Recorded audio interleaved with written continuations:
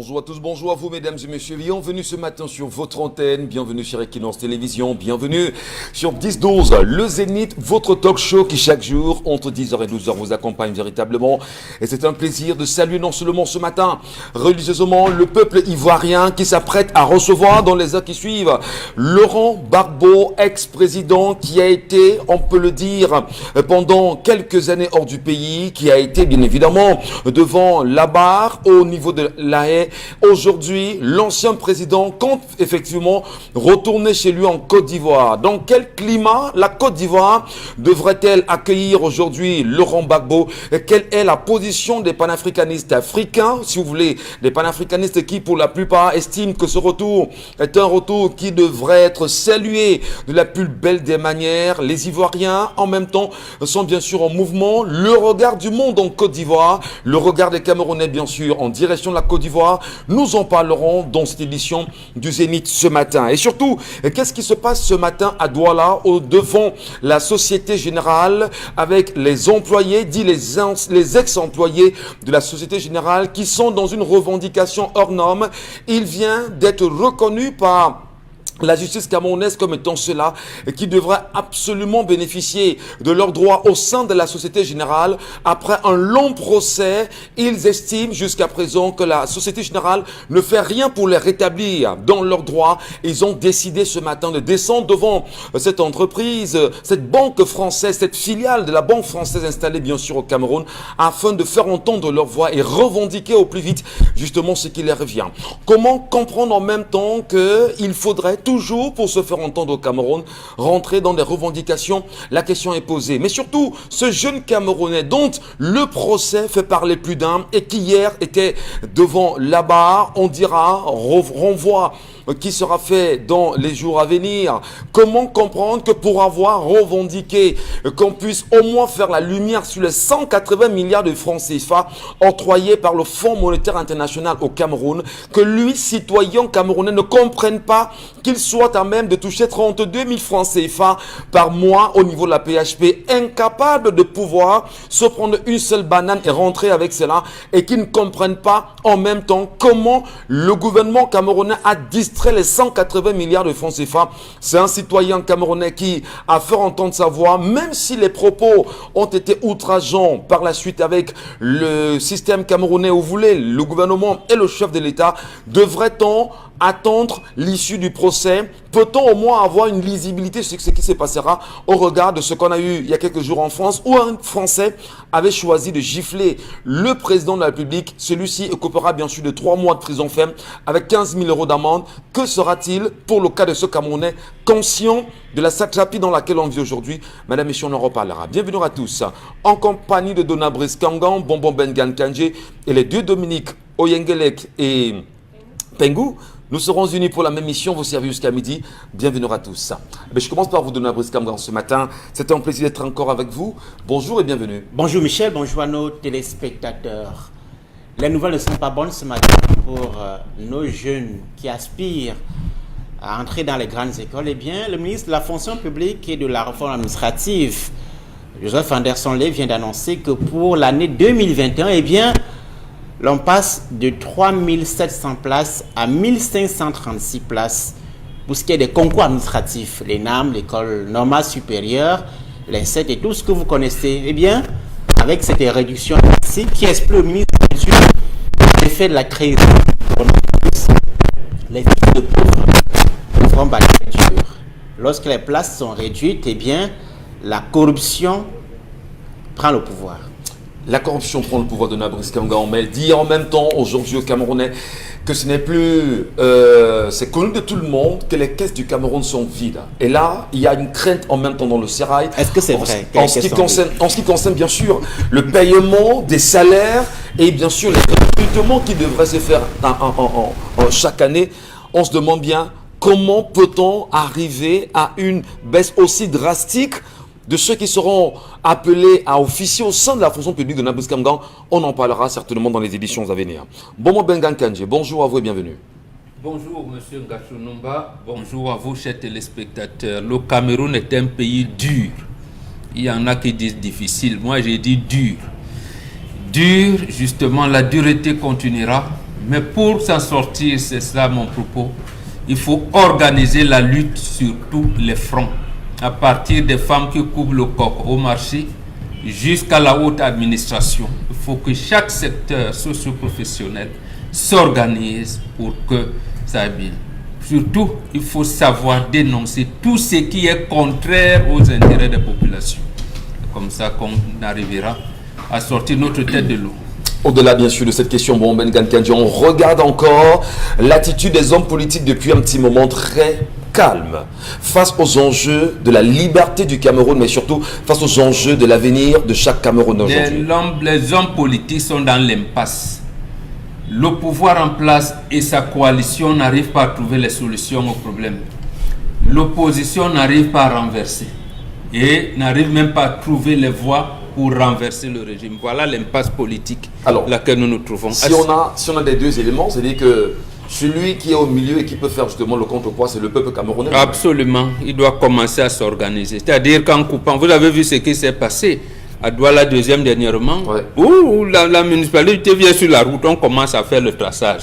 Les gars disent bon, on paye. Et après on les déloge. Vous voyez comment les gens ont commencé. Un jour, quand les gens auront un peu faim, ça va prendre. En tout cas, on en parlera. Dominique Pengou, bonjour. Bonjour Michel, j'ai envie de poser la question ce matin. À qui profite cette image du Cameroun qu'on veut toujours montrer aux yeux du monde? Pourquoi il faudrait toujours que l'on revendique jusqu'au point d'en arriver à des violences pour pouvoir comprendre ou encore pouvoir se faire entendre avec ces manifestations du côté de l'ambassade de la Belgique, de l'ambassade du Cameroun en Belgique? Pourquoi il faut toujours que le peuple camerounais se retrouve en train de pouvoir revendiquer de façon assez violente pour pouvoir être compris ou encore pour pouvoir avoir un point d'attention ce matin? Même si en même temps aujourd'hui, il faut le dire, le ministre des Relations extérieures doit entendre l'ambassadeur du Cameroun à Bruxelles. Pour lui, en même temps, qu'est-ce qui peut en sortir avec les mesures de sécurité de l'ambassade? Ces Camerounais qui ont choisi de rentrer dans l'ambassade pour faire entendre leur voix sur l'affaire concernant ces Camerounais qui sont au niveau de la PHP et qui ont fait entendre également leur courroux par rapport aux 180 milliards volés. On a l'impression que c'est la nouvelle affaire qui risque bien sûr de faire bouger le Cameroun aujourd'hui. Dominique Audrey, ça va bien? À chaque fois que je la vois, je ris parce que pendant l'émission, dans les préparations de l'émission, on s'engueule toujours. Voilà. Je t'ai dit qu'un jour tu me chercheras, tu ne me verras plus. Je te l'ai dit. Je sais voilà. Jusqu'à... Bienvenue ce matin. Bonjour Michel, bonjour téléspectateurs. Il faut dire que on nous a présenté hier, sur, du moins à la presse, les responsables du cambriolage au niveau de la... les présumés cambrioleurs. Et figurez-vous que l'un des cambrioleurs, du moins le principal, est allé cambrioler et il a mis le téléphone dans la charge, il a oublié là-bas pendant qu'il volait. Et c'est par ce téléphone qu'on a réussi à... Franchement, c'est tellement disons que c'est ça, puisque c'est la version officielle. Faut dire officielle. On en parlera tout à l'heure pendant l'émission, donc vous en faites pas. Allez, l'histoire de ce matin, Dominique. C'est l'histoire d'une jeune femme, on va l'appeler, bon, pas Michel, Marcel, même Michel ça passe. Il y a les Michel avec deux ailes. Voilà. Les Michel sont réputés sérieusement. Change le prénom. Ouais. Marguerite, quelque chose comme ça. Voilà. Donc, il y a pas de prénom africain, elle s'appelle pas Naomi, elle s'appelle Non, une africaine n'est pas... C'est Marguerite. Vous avez même des choses qui s'appellent Marguerite. Marguerite, elle dit qu'elle s'est mariée alors qu'elle avait 27 ans avec un homme qui avait 34 ans à l'époque, donc ça fait 10 ans. Et c'est 12 ans qu'elle s'est mariée. Et à l'époque, son mari, il faisait la ligne du Ghana, donc il faisait les affaires au Ghana, et il venait au Cameroun deux fois par an au Cameroun. Donc, et de son côté, après le mariage, elle a continué ses études et elle a fait un concours qui devait la mettre en fonction. Malheureusement, son mari a dit à sa famille que non, vraiment, ça ne sert à rien qu'elle commence à s'investir dans cette formation-là parce que très prochainement, elle le retrouverait au Ghana. Marguerite dit que 4 ans après le mariage, malheureusement, il n'était plus question, du moins l'actualité sur son voyage n'était plus d'actualité, on n'en parlait plus, et pendant ces 4 années d'attente, elle a donné naissance à ces 2 garçons, 2 magnifiques garçons qui malheureusement n'ont pas véritablement la chaleur paternelle, parce qu'en un an, le mari pouvait faire simplement 9 semaines. Donc si un mois peut compter 4 semaines, on est sensiblement à 2 mois et demi par là. Donc en un an, le mari pouvait faire 2 mois et demi. Donc de façon parsemée, il venait, il partait, il venait et il partait. Donc elle dit que le stress et la solitude qui l'animait ont poussé son grand frère à décider de la renvoyer à l'école, à l'insu, sans l'aval de son mari. Lorsque son mari apprend qu'elle est retournée à l'école, il est un peu entré dans une petite colère, mais par orgueil, il a décidé de rembourser les frais que son grand frère avait payés pour qu'elle commence l'année, et il a financé ses études jusqu'à ce qu'elle obtienne sa licence. Donc elle a fait 3 années de plus à l'école, son mari continuait les navettes. D'accord. Voilà.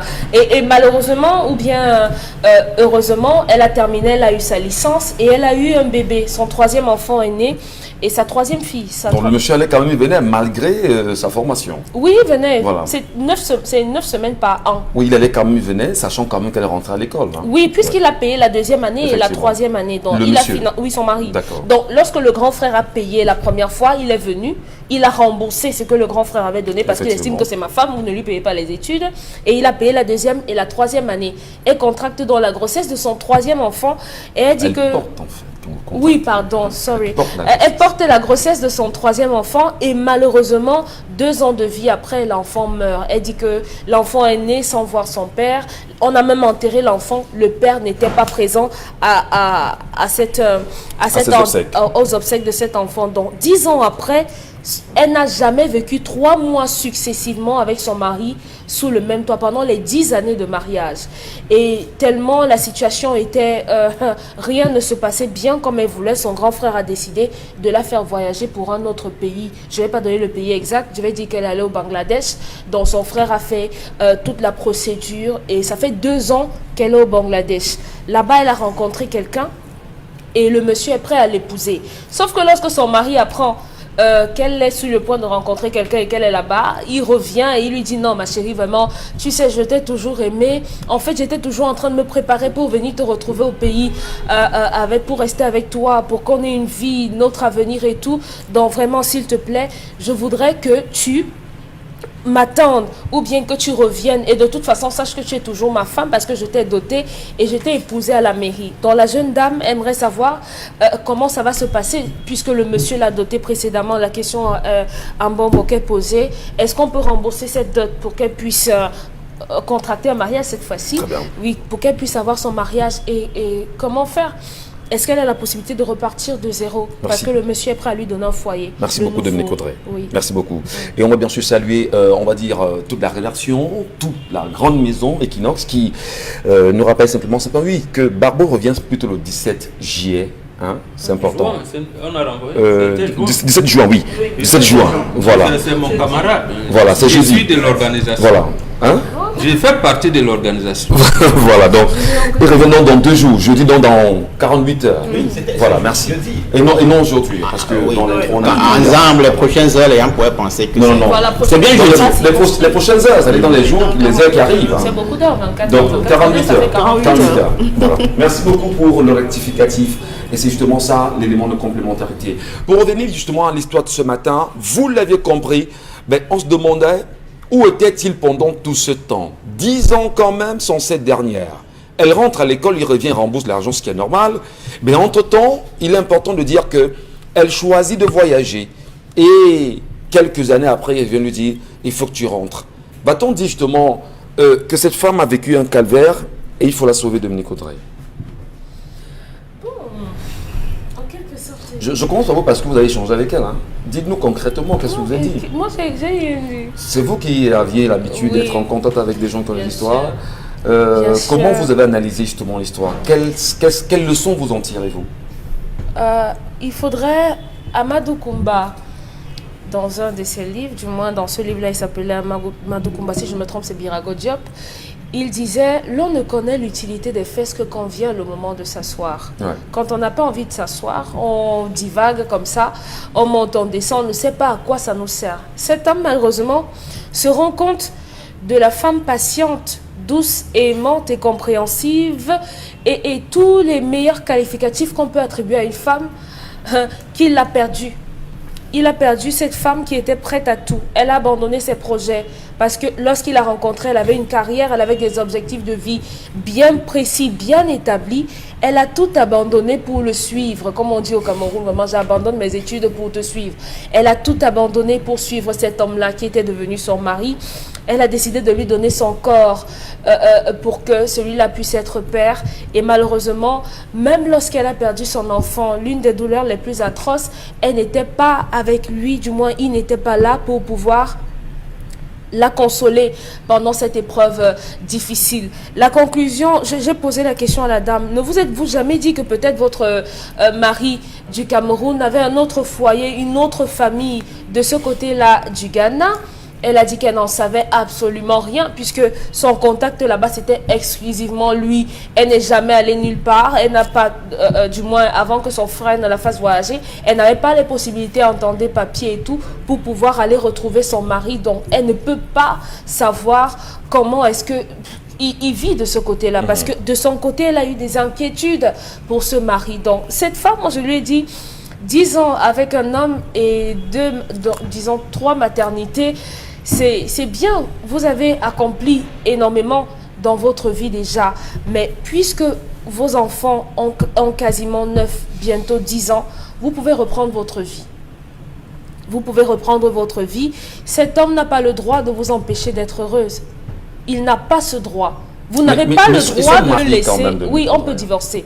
Il n'a pas le droit de vous empêcher d'être heureuse. Vous êtes pour la promotion du divorce? Je ne suis pas pour la promotion du divorce, je suis pour la promotion du bonheur. Ouais.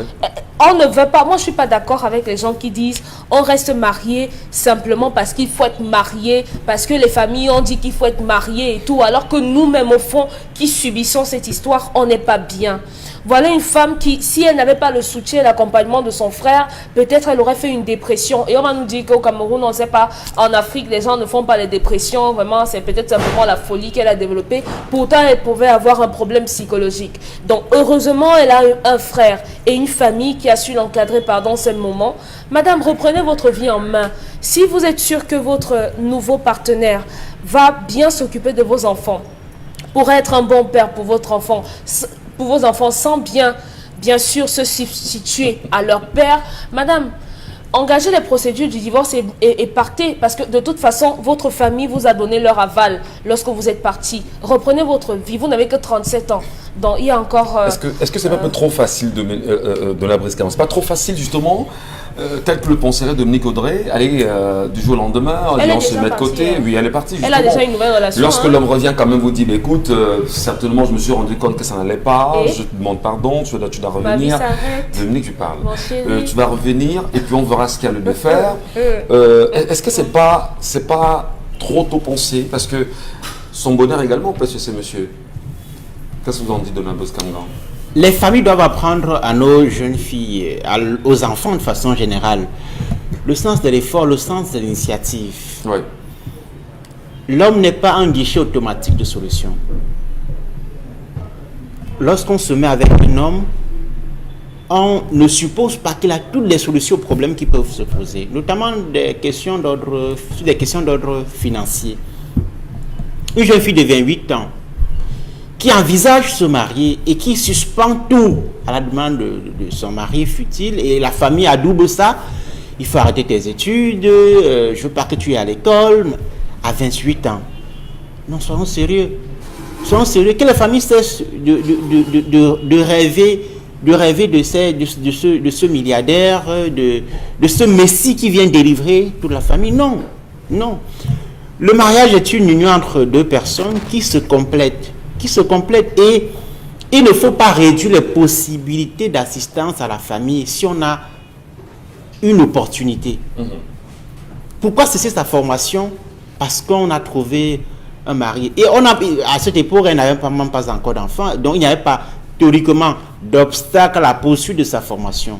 Pour subvenir plus tard, éventuellement, à des besoins qui peuvent se poser. Bon, on peut dire que l'homme n'est pas sérieux parce que après 5-6 ans de contact entre les deux, les enfants naissent, il vient au Cameroun, il repart au Ghana. Est-ce qu'il y avait vraiment pour objectif final de l'avoir comme épouse? Il y a des raisons de douter. Mais moi, je voulais surtout m'attarder sur la responsabilité des parents de cette jeune fille, de ses frères.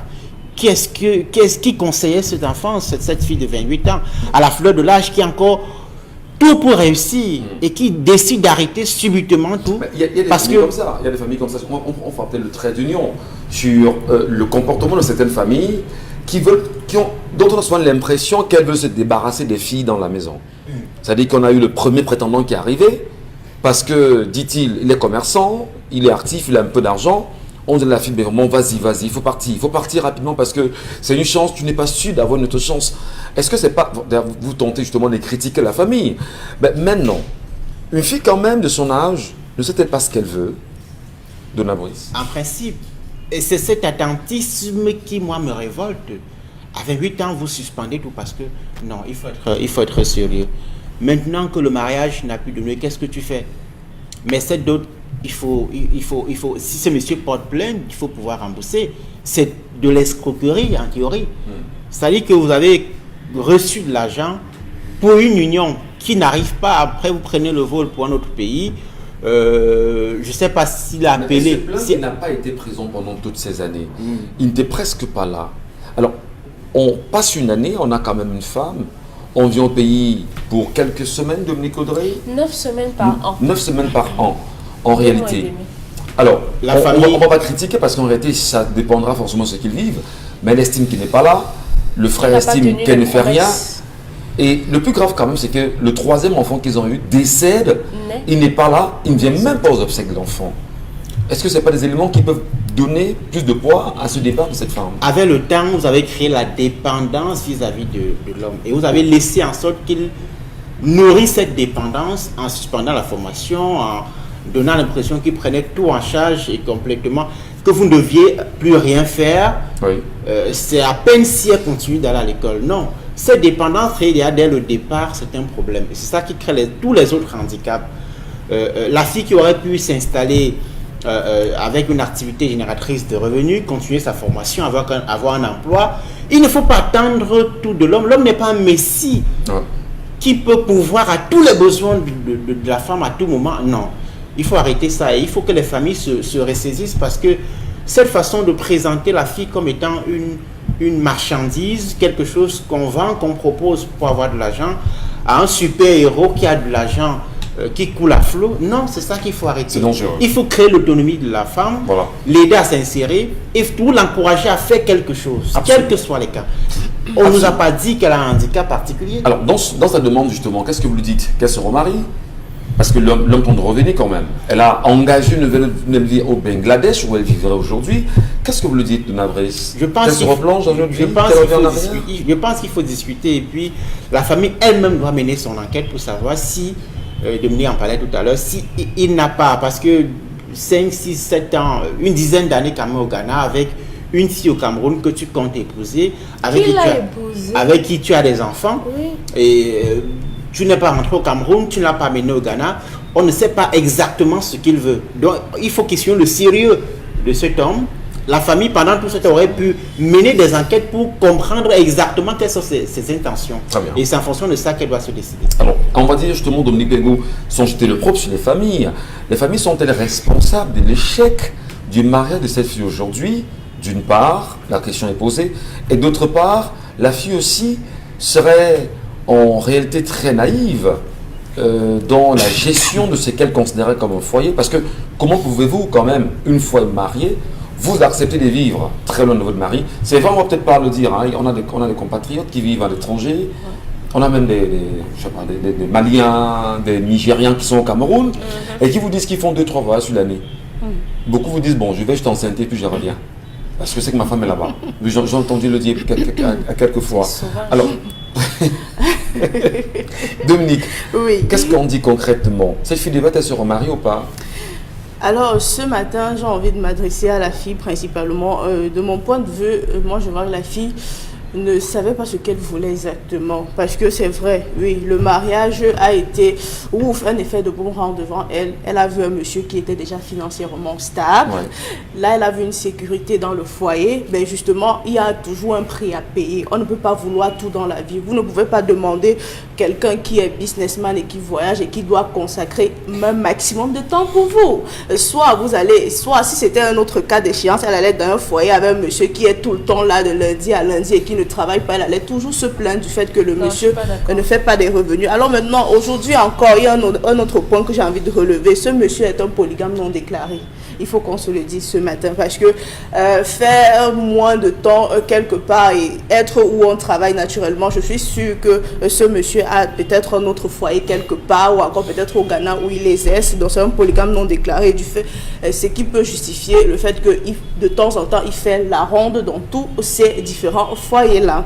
Et maintenant, 10 ans de vie commune avec quelqu'un qu'on ne maîtrise pas. Un monsieur qui a épousé une femme qui aime l'aventure parce que jusqu'aujourd'hui elle se sent un peu libre parce qu'elle a pu voyager, elle a pu être quand même un peu indépendante. C'est ce qu'elle voulait à la base. Pourquoi elle n'a pas parlé avec son mari de façon ouverte? Monsieur, je ne suis pas le genre de femme qui va rester à la maison, qui va t'attendre le temps que toi tu ailles faire tes affaires et revenir pour m'enceinte entre guillemets. Moi, j'aimerais t'accompagner dans ces affaires-là. J'aimerais être une aventurière ou encore j'aimerais poursuivre naturellement parce que je vais un peu supporter ce que Donald disait. C'est ça le projet en fait. Le monsieur n'a justement pas tenu les promesses, les engagements d'après le mariage. Et qu'est-ce qu'elle fait, elle? Bon, mais elle a attendu son mari, non? C'est pas ça être une bonne femme. Maintenant, il n'a pas tenu les engagements dès le départ. Et le frère a pris la responsabilité de continuer à payer la formation. Mais quand ce monsieur est revenu, il a constaté que justement sa femme voulait continuer une formation. Il a fait quoi? Il a payé. Il a justement assumé la continuité. Ça veut dire que si elle avait pris le temps de parler avec son mari vraiment de façon terre à terre, monsieur, je suis là, oui, j'ai envie d'être l'épouse parfaite que tu veux, mais ça n'exclut pas le fait que je veuille bien continuer mes études, avoir bien un boulot ou encore pouvoir m'occuper parce que tu n'es justement pas là à temps plein. Alors le fait de rester ici me plonge dans l'anxiété ou encore me plonge dans un sentiment d'abandon, encore de désarroi. La dépendance. Il fallait que cette fille s'exprime vis-à-vis de l'homme. Oui, et par exemple, il fallait que cette fille s'exprime de façon claire. Parce que même aujourd'hui, celui qu'elle va rencontrer quelque part demain, quand il y aura un petit problème, elle va se plaindre. Elle va se dire, c'était mieux celui qui n'était pas là constamment, mais qui me galvait quand même de cadeaux ou encore de tout ce que je voulais. Parce que jusqu'ici, en 10 ans de mariage, elle n'a manqué de rien. Elle a été comme une petite princesse dans son foyer. Elle n'a manqué de rien, elle a été encadrée, elle a été bien formée. Ce qui manquait peut-être, c'était la présence physique. La petite virgule justement, puisque le regard que l'on porte sur les familles. Oui. Les familles sont-elles fautives? Le grand frère peut-être a compris. Et il s'est dit, bon d'accord, je vais réencadrer ma petite soeur en lui payant à la fois sa formation, en lui permettant, en m'occupant d'elle. Oui. Et a compris plus tard au moins ce qu'il fallait sortir de ce pays et l'a ramené où il se trouve le Bangladesh, le pays dans lequel on a pris. Fort heureusement.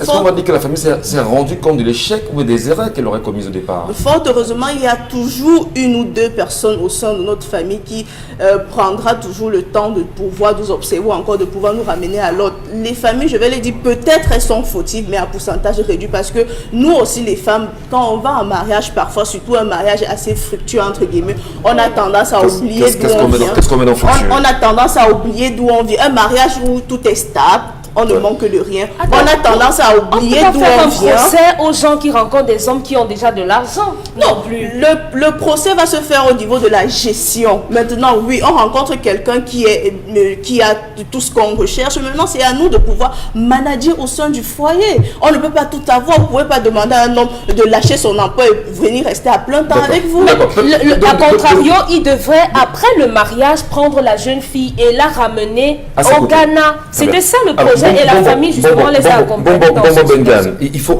justement peut-être départager. Hein? Il faut peut-être donner l'orientation nécessaire. Qu'est-ce qu'on dit pour cette fille, d'une part? Il y a eu des erreurs au départ? Certainement oui. Les familles, peut-être aussi oui. Son mari, probablement. Maintenant, il faut se remettre sur un chantier d'une vie normale et l'achever bonnement. Qu'en dites-vous? Mais dans une vie normale, lorsqu'elle a déjà choisi son chemin, elle est partie. Ouais. Non, il faut dire que la chose principale, c'est que la famille de la fille était divisée pour le mariage qu'elle a contacté avec le père de ses enfants. sa famille était divisée en ceci que il y en a qui voulaient qu'elle parte, qu'elle reste en mariage et que probablement on pourrait se retrouver avec son mari un jour. Et ce grand frère était contre. Il était contre lui, il ne voulait pas que sa fille et sa sœur aillent en mariage là-bas. C'est pour ça, et apparemment, cette fille est liée à ce frère-là. Donc les deux, ils ont commencé à concocter leur plan. Donc il intègre, il s'ingère, il s'immixe dans le mariage de sa sœur en disant, elle souffre, moi je ne peux pas. Voilà. C'est pour ça qu'elle paye. La courtoisie, parce que précisément le mariage, si on veut rechercher le bien-être, le bonheur de sa sœur, on peut appeler son beau-frère, ou alors les rares fois qu'il vienne ici, mon beau, il y a. Comme tu n'as pas, moi je. Oui, c'est vrai que voilà, donc à un moment donné, voilà, et la fille décline l'histoire en se faisant victime. En se faisant victime, mon mari n'a pas. Qu'est-ce qui amène donc ce bonhomme à l'envoyer au Bangladesh, mais pas chez son mari? Si tel qu'il peut payer le billet d'avion, tu ne peux pas me dire, mais va retrouver ton mari. Va au Ghana Va retrouver ton mari. C'est qui doit le faire. Est-ce que c'est le mari ne l'a donc pas fait. Le grand frère a préféré l'envoyer ailleurs. Oui. Et maintenant sollicite qu'on divorce. Jeune homme ne divorce pas. Ne reprend même pas la dot. Justement, parce que c'est cela. C'est ce qu'on appelle complexité. Le mariage, c'est l'apprentissage de la gestion des contraires. Le mariage n'est de la gestion des contraires. Oui. Ces contraires, ça se décline en 3 étapes. Il y a la période d'acclimatation, vous connaissez. Il y a la période de soupçon. Et il y a la période, j'allais dire, où les enfants sont partis. Vous vous retrouvez. D'assistance. C'est pour ça qu'on parle d'assistance et d'accompagnement. Lorsque les enfants seront grands, vous vous retrouvez encore à 2. Voilà. Quelquefois, c'est maman qui va accoucher tel parce que tel veut accoucher parce que. Et ils n'ont pas intégré ces données-là. Et ce grand frère est venu encore perturber. Il n'est pas venu aider sa sœur. Il n'est pas venu aider sa sœur. Et le garçon, justement, qui vient, il demande pardon. Non, il n'y a pas à demander pardon, mon fils. Demande d'abord, à aucun moment, la fille nous parle du comportement du père de famille. D'accord. De là où elle est entrée. Pourquoi elle parle je? À ce moment, tu ne prends pas la dot. Tu dis amenez à ta famille, quel divorce qu'elle aille. Et maintenant, les enfants qu'elle a, qui portent ton sang, elle les porte et fait ce qu'elle veut. Mais toujours est-il qu'elle va perturber l'éducation de ces enfants-là. Mais justement, parce que l'histoire ne nous dit pas si véritablement le frère a tenté d'avoir une médiation. Mais elle n'a si elle a tenté puisqu'elle voulait. La fille voulait. 5 ans d'attente où on attend le fameux, le Jésus beau-frère, il ne vient pas. Mais il est déjà beau-frère, ce n'est pas Jésus. C'est à lui de se plier. C'est à lui de vous voyez, donc il est déjà marié, c'est la femme de quelqu'un, ma fille. Vraiment. C'est la femme de quelqu'un. Les filles là sont les enfants des gens aussi. Je ne dis pas non. À ce moment, la famille qui l'a envoyé en mariage recadre la famille qui est venue prendre leur fille. En commençant par le chef de famille, ensuite par le beau-fils qui a un comportement qu'on estime ne pas être bien. Merci. Ne prend pas la dot. Et reste là-bas si elle veut. Merci infiniment Dominique Mbambok, Dominique Pengui, Dona Brice Kamgang, puisqu'on parle de vous, Dona Brice Kamgang, dans un instant, madame, monsieur, tout de suite, la colère qu'il signe pour nous.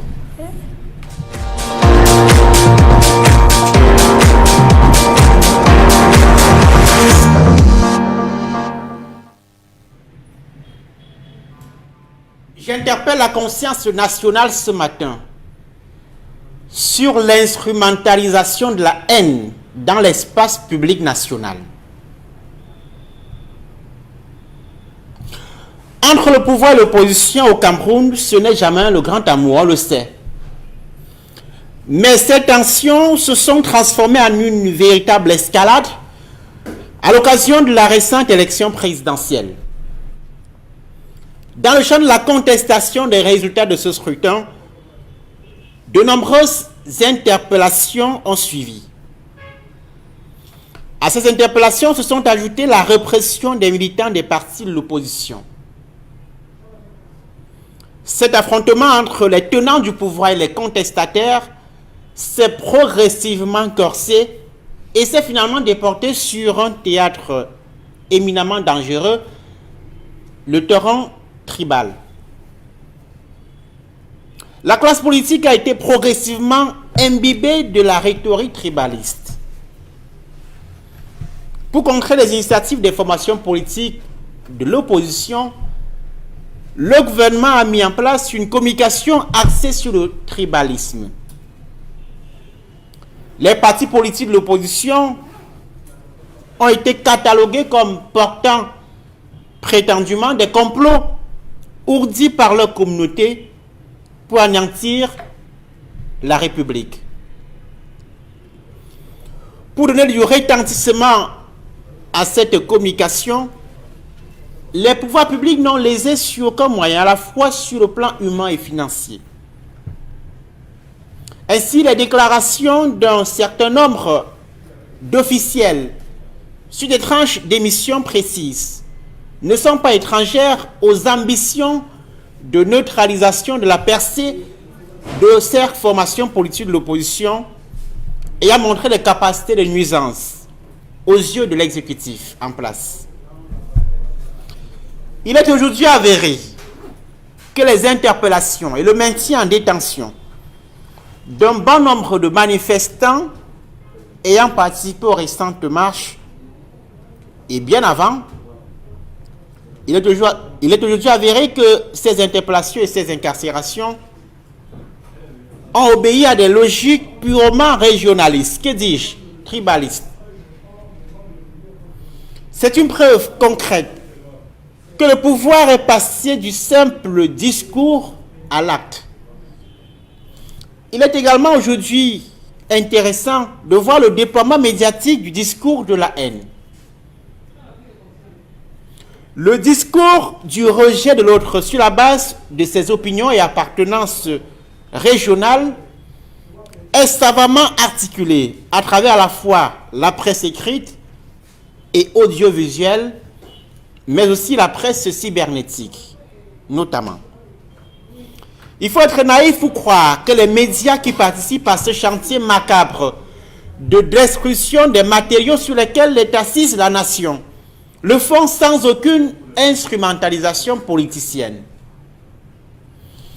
C'est le lieu de souligner avec emphase les égarements d'un bon nombre de compatriotes pris au piège de ce saccage des fondements de la patrie et qui se livrent en longueur de journée à des empoignades naïves sur les réseaux sociaux, espace devenu un terrain d'expérimentation de ces dérives ignobles. Les conséquences sont fâcheuses. À court terme, les crispations inopportunes entre les communautés, mais surtout la défiguration d'un tissu social déjà fragilisé par certaines difficultés, notamment sur le plan économique. L'incorporation de ce poison appelé tribalisme dans le corps social au Cameroun remettra en cause l'indispensable cohésion nationale, sans laquelle une nation aussi hétérogène que le Cameroun pourrait chavirer. Non au sacrifice de l'unité nationale à l'autel de petits calculs politiciens, purement politiciens. À demain. Voilà. On a très bien compris ce matin, et le regard que chaque Camerounais porte sur ce qui est devenu une réelle instrumentalisation aujourd'hui, c'est visible en réalité sur les réseaux sociaux, sur les plateaux de télévision, oui au Cameroun, sur les plateaux de radio également, on le sait, les propos vont très loin. Il y a même des penseurs, des écrivains aujourd'hui qui parlent de ce qu'on appellerait, au-delà de la haine, un tribalisme d'État, institué, encadré et entretenu par les pontes du régime aujourd'hui. Qu'est-ce qui peut expliquer véritablement qu'on parle de cela au moment où beaucoup estiment véritablement qu'on vit au Cameroun, du moins il y a un vivre ensemble qui n'a pas de problème. Mais maintenant des solutions. À quoi nous servent les nombreux organismes mis en place pour pouvoir lutter efficacement contre la haine, la montée de la haine, que ce soit sur la toile, que ce soit sur les plateaux de radio-télévision, et on s'en souvient des propos qui ont été les plus durs et les plus choquants, on va dire, envoyés par quelques personne aujourd'hui. On va certainement chercher des solutions. Bombok, Dominique et Donabris, des solutions pour pouvoir arrêter la saignée. La haine déjà, on le sait tous, c'est initié par l'État, encadré par l'État, et surtout les propos qui frisent la division, le tribalisme. Qu'est-ce qu'on peut faire aujourd'hui, bon Bengan, pour que ceux qui nous regardent, pour que ceux qui sont présents sur la toile et qui s'amusent à en faire justement du n'importe quoi, puissent arrêter ces pratiques qui n'honorent pas le peuple dans son ensemble? Non, il y a une seule chose à faire. Il faut réformer l'État néocolonial du Cameroun. Ou on peut le dire, il faut sortir de l'enclos colonial français au sein duquel nous nous trouvons. Et tout. Le problème du tribalisme ne date pas d'aujourd'hui. Ça a commencé dans les années 50 et je pense que Oum Nobel avait révélé à l'époque et il avait attiré l'attention de la communauté nationale et internationale à ce sujet. Donc ce qui se passe en fait, c'est la conséquence d'une construction qui a été élaborée par la puissance tutélaire qu'est la France. Et c'est d'ailleurs pour cette raison que en décembre 1951, c'était le 14 décembre, il avait fait ce discours au cours de leur congrès en disant, par exemple, que les colonialistes dressent tribu contre tribu en faisant croire aux uns qui sont plus intelligents et aux autres qui sont très riches et vont dominer le pays. Les uns et les autres croient naïvement à cela et se livrent à de vaines luttes intestines qui aboutissent finalement à la ruine de tous. Et le seul qui profite, c'est le colonisateur. Ils dressent chef contre intellectuels en faisant croire aux uns qu'ils sont les détenteurs de la tradition et que le pouvoir leur revient. Aux autres qu'ils sont comme les blancs et que c'est à eux que revient le privilège de la civilisation moderne. Mais les colonialistes ne croient ni au pouvoir du chef, ni à l'intelligence de l'élite et de l'homme dit évolué. Ils cherchent tout simplement à puiser dans la haine de ceux-là le plus de profit et le prolongement de la misère de tous. Donc voilà ce que Oumyobé disait ce 14 décembre 1951 à Kumba, au cours du congrès de l'UPC. Donc, on parle des années 50. Oui, et là, tout vous à êtes fait. sur le tribalisme. Absolument. Alors, on est passé du tribalisme à la haine quand même, qui est viscérale. Parce que il se passe quoi donc? Puisqu'on sait, tout le monde connaît que le Cameroun n'est pas indépendant véritablement. Donc il était question qu'avec les accords de tutelle signés avec l'Organisation des Nations Unies en 1946, le Cameroun devait se réunifier. L'ONU a refusé. Vous allez remarquer que dans la partie anglophone, là, ils écrivaient Cameroun avec K. Leur parti c'est KNDP, KUNDP, KKK, One Cameroun, K toujours. Lorsqu'arrive donc la réunification en 61, le sentiment nationaliste revient, étant entendu que la même ONU avait divisé. Le pays avait pris une portion, on envoyait au Gabon, une autre on envoyait au Nigeria, ainsi de suite. On a disséqué le Cameroun comme ça. Et qu'est-ce qu'il fallait faire? Le sentiment nationaliste revenait. On l'a donc détruit le 1er septembre 1966 en apportant un slogan bidon. L'unité nationale. Qu'est-ce qu'on met dans l'unité nationale? Il n'y a pas de contenu. Rien, il n'y a pas de contenu. Voilà. Donc, en fait, c'est la conséquence de tout ce qui a été fait à l'époque. Après, vous voyez donc les termes qui jaillissent. L'axe nord-sud. L'axe nord-sud. Bon, vous voyez, ça veut dire quoi? Il n'y a pas de contenu politique. Maintenant, la devise paix, travail, patrie. Qu'est-ce que la patrie? Qu'est-ce que l'appelle le travail? C'est quoi? Vous voyez donc que dans la construction de ce qu'on appelle unité nationale, il s'agissait d'abord de vider la zone anglophone de son contenu. L'entreprise Guinée sans publicité était dans la zone anglophone. On l'a déportée ici. Pourquoi? Bon, la seule raffinerie qu'on a. Pourquoi on fait un pipeline pour partir de Victoria, bon, que vous appelez Limbé, pour ici? Bon, vous voyez comment ça a été déconstruit. Il y avait d'ailleurs une compagnie aérienne là-bas qu'on a dissous. Ils avaient une compagnie d'électricité qu'on appelait Powacam, qu'on a dissous. Au lieu de l'intégrer à la SONED, à la création, on l'a dissous. Maintenant, le reste du pays, je vais dire ça déjà, ça crée des frustrations au sein de la famille anglophone. Maintenant, les autres, on commence à vous dire, On a nommé 48 préfets, c'était 48 à l'époque.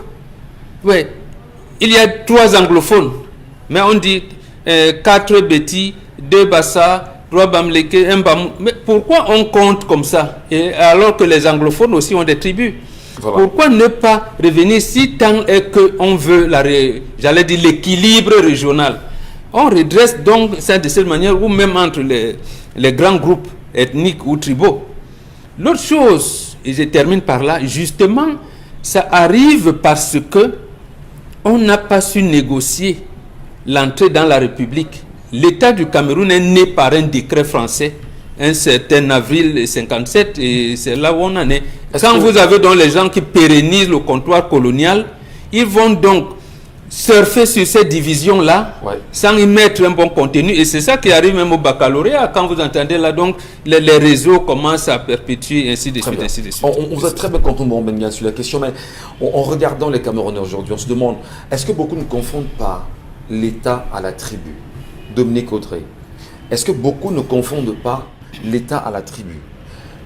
Parce qu'en réalité, on se rend compte qu'il y en a qu'on manipule sur les réseaux sociaux et qui ressortent simplement les questions des tribus. L'État appartient à tous les Camerounais, du nord, du sud, de l'est, de l'ouest, du centre, tout le monde. Pourquoi est-ce que des gens instrumentaliseraient d'aucuns en mettant la tribu devant, tout en leur amenant à croire que l'État appartient à la tribu et non à tous les Camerounais? Je ne sais pas si j'ai bien compris votre Vous avez question. bien compris. Je ne suis pas sûre d'avoir bien compris. Je peux reprendre simplement. Oui, C'est qu'on se rend compte qu'il y en a qui mettent la tribu devant en permanence et qui attisent la haine sur les réseaux sociaux. Alors, est-ce qu'il n'est pas temps de rappeler à ceux-là réellement que l'État appartient à tous les Camerounais et non à une tribu ou à des tribus? Mais si on en arrive là, c'est simplement parce que les personnes donc, qui dirigent justement l'État dont vous parlez mettent en avant leur tribu. Et par conséquent, ceux qui ne sont pas au niveau des pôles de décision dans cet État-là se sentent stigmatisés parce que c'est l'argument qu'on va vous donner. Beaucoup se plaignent de ce que lorsqu'ils arrivent dans des endroits publics, dans des administrations publiques où on est censé rendre des services publics, on vous parle en une langue que vous ne comprenez pas. Vous trouvez des gens en train de parler comme s'ils étaient au village, comme s'ils étaient dans leur village. C'est frustrant. Ça va même plus loin. On dira peut-être que c'est simplement au niveau de cette instrumentalisation-là, mais c'est un peu partout. Récemment, j'étais dans un transport en commun où le chauffeur était en train de faire une petite blague à la dame. Je ne sais pas si j'ai le droit de dire les tribus, ça va encore créer des problèmes. Important. Sauf que le monsieur fait mine de dire à la jeune dame que vraiment, je vais te prendre, je vais te ramener chez moi de l'autre côté. Eh, non, non, non, non, non, vraiment, chez nous, on ne veut pas les gens de... On ne vous veut pas parce que vous êtes comme ça, vous êtes... Voilà, vous êtes ce que vous êtes bon, un animal en particulier, vous êtes ça et on ne veut pas de ça chez nous. Il dit que, bon, donc le monsieur, peut-être sur le coup ne l'a pas exprimé, mais il a été choqué, il a été blessé de voir qu'on réduit simplement les valeurs que les gens peuvent dégager à l'endroit d'où est-ce qu'ils sortent. Et aujourd'hui, qu'on le veuille ou non, on a le devoir de se regarder dans les yeux et de se dire la vérité que oui, on est tous des tribalistes à la fin. Parce que de quelque façon que ce soit, on se retrouve à stigmatiser les gens parce qu'ils viennent d'une contrée et par rapport à une autre contrée. Et au niveau de la politique, c'est venu seulement, c'est les Bourgandjanga, c'est devenu plus grave. Alors, on se rend compte, parce que ce n'est que normal, c'est de bonne guerre pour le politicien. Pour lui, c'est vous diviser. Oui, pour lui, c'est de bonne guerre. Il s'est dit, bon, d'accord, je vais autant vous diviser pour davantage régner. Alors, le danger, c'est quoi? Lorsqu'on est dans la nation, l'ensemble de toutes ces ethnies, de cette tribu, si vous voulez, et qu'il y ait ce tissu qui se soit créé, est-ce qu'on devrait encore oser dire qu'on est différent et pourtant nous appartenons à une nation entière? On se serait attendu lorsqu'il y a eu les casses de San Mélima, avec tout ce qui avait été dit aux différentes personnes qui étaient détenteurs d'alimentation, de boutiques et tous là-bas, qu'on ait véritablement puni les casseurs. les gens qui étaient venus prendre les biscuits là. On s'attendait à ce qu'on les punisse véritablement. C'est vrai qu'on nous a sorti en 2017 une commission de promotion de bilinguisme, machin, qui était censée faire des promotions, des campagnes de sensibilisation. Ça veut dire que ça ne veut rien dire en fait. Oui, promotion du bilinguisme et du multiculturalisme quand même. Bon, oui, rappelez-moi, je vous en prie, qu'est-ce que ça a fait jusqu'ici? Parce que même... Vous cherchez? Oui, je cherche. Peter Mafani Moussongel. Oui, je sais que c'est lui. Mais maintenant, le travail qui leur incombe, c'est de sensibiliser les uns et les autres, de réduire considérablement le discours de la haine. Ben, sauf que c'est ça qu'on mange du matin jusqu'au soir. Regardez un peu ce qu'on dit du parti MRC. On dit quoi? Que c'est le parti du village, non? Ouais. De quel village on parle? De qui est-ce qu'on, à qui est-ce qu'on s'adresse? On parle des Bamileke, non? Oui, c'est ça. Malheureusement, c'est ça. Sauf que à l'intérieur de ce parti, comme dans le RDPC également, il y a des gens qui ne reviennent pas simplement de la contrée du président de ce parti. On est en train de diviser les gens parce que lorsqu'ils auront fini, lorsqu'ils finissent sur les plateaux, ils sont tous amis. Quand ils sortent des plateaux, ils se retrouvent entre eux, ils papotent, sans se rendre compte qu'en fait, au fond, la façon dont on les voit se déchirer, certaines déclarations qu'ils ont, les gens le prennent pour argent comptant. Donc, cette promotion dont on parlait précédemment ne fait pas son travail parce que le discours de la haine s'amplifie. La loi sur le tribalisme de l'article 241, si je ne me trompe, c'est 2019. Code pénal. Voilà, c'est ça, non? 241. Voilà, 241 du Code pénal de 2019 est censé punir d'un emprisonnement de plusieurs années et d'une amende qui peut aller jusqu'à 3 millions toutes les personnes qui ont un discours de la haine. Allez un peu sur Internet, Michel Ngachou. Vous vous demanderez exactement si où est l'antique? La justice... Je voulais rapporter quand même. Il faut dire que Kamto n'est pas le premier. Frundiana a été victime. Et ce n'est pas Il y a eu... Voilà, j'aimerais vous dire en réalité que c'est celui qu'il faut condamner. C'est les détenteurs du pouvoir de l'État. Parce que même lorsqu'ils sortent des plateaux de télévision, ils sont encore dans les biais. Oui. Voilà. Est-ce que lorsqu'on drague une fois, on dit demande d'abord tu viens d'où? Pas du tout. Voilà. Donc en fait, ils savent eux-mêmes qu'ils sont en train de perpétuer l'héritage colonial. Donc il faudrait qu'on ait un président de la République ou alors les gens qui rompent avec l'héritage colonial. Le reste va couler. Merci. Dominique Bengou, qu'est-ce que ça vous inspire comme commentaire? Le discours de la haine qui est devenu monnaie courante sur les réseaux sociaux d'abord. Hein. Oui. La première idée qui me vient en tête, c'est une question. Comment est née la crise anglophone?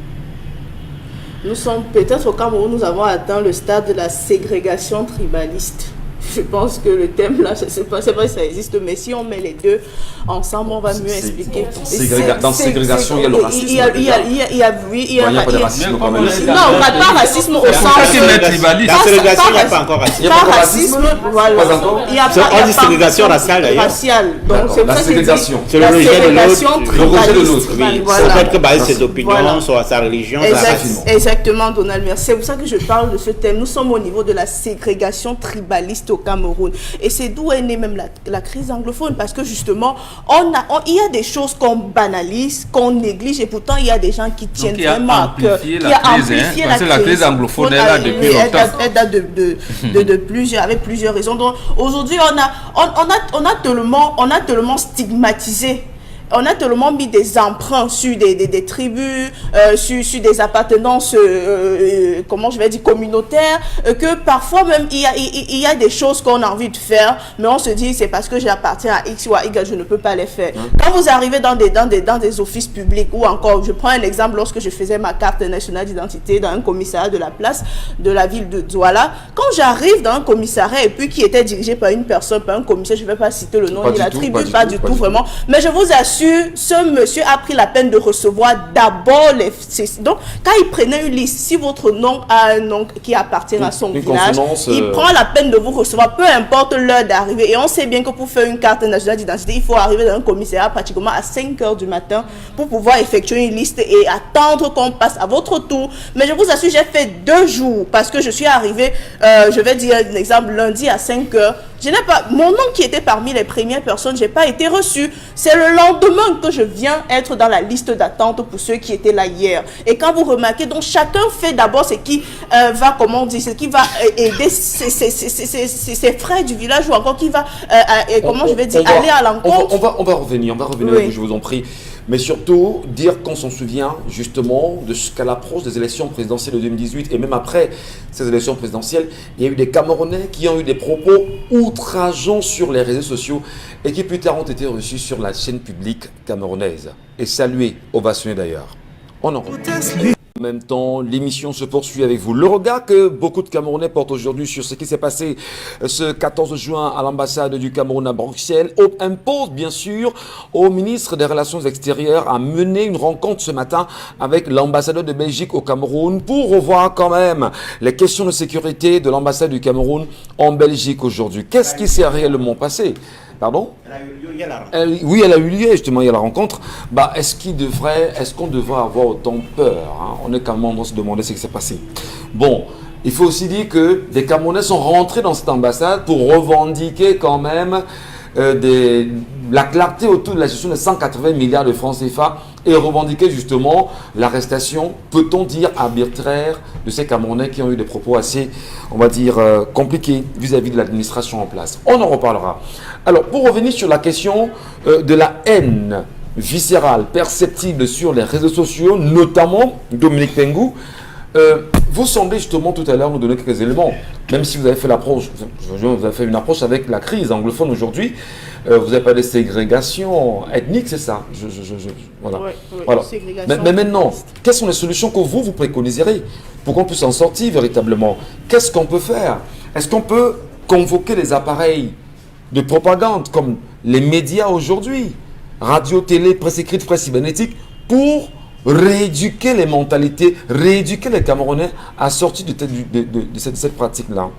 Il faudrait naturellement une rééducation des Camerounais et il faudrait que les Camerounais, chacun à son niveau, puissent limiter la simple stigmatisation justement parce que quelqu'un n'appartient pas à sa communauté ou encore à sa tribu. C'est important de le faire. Il faudrait que même ceux qui sont responsables des offices publics puissent fonctionner normalement. Il faudrait également qu'au niveau même des politiques, que les plateaux ne soient plus un lieu de propagation des propos haineux.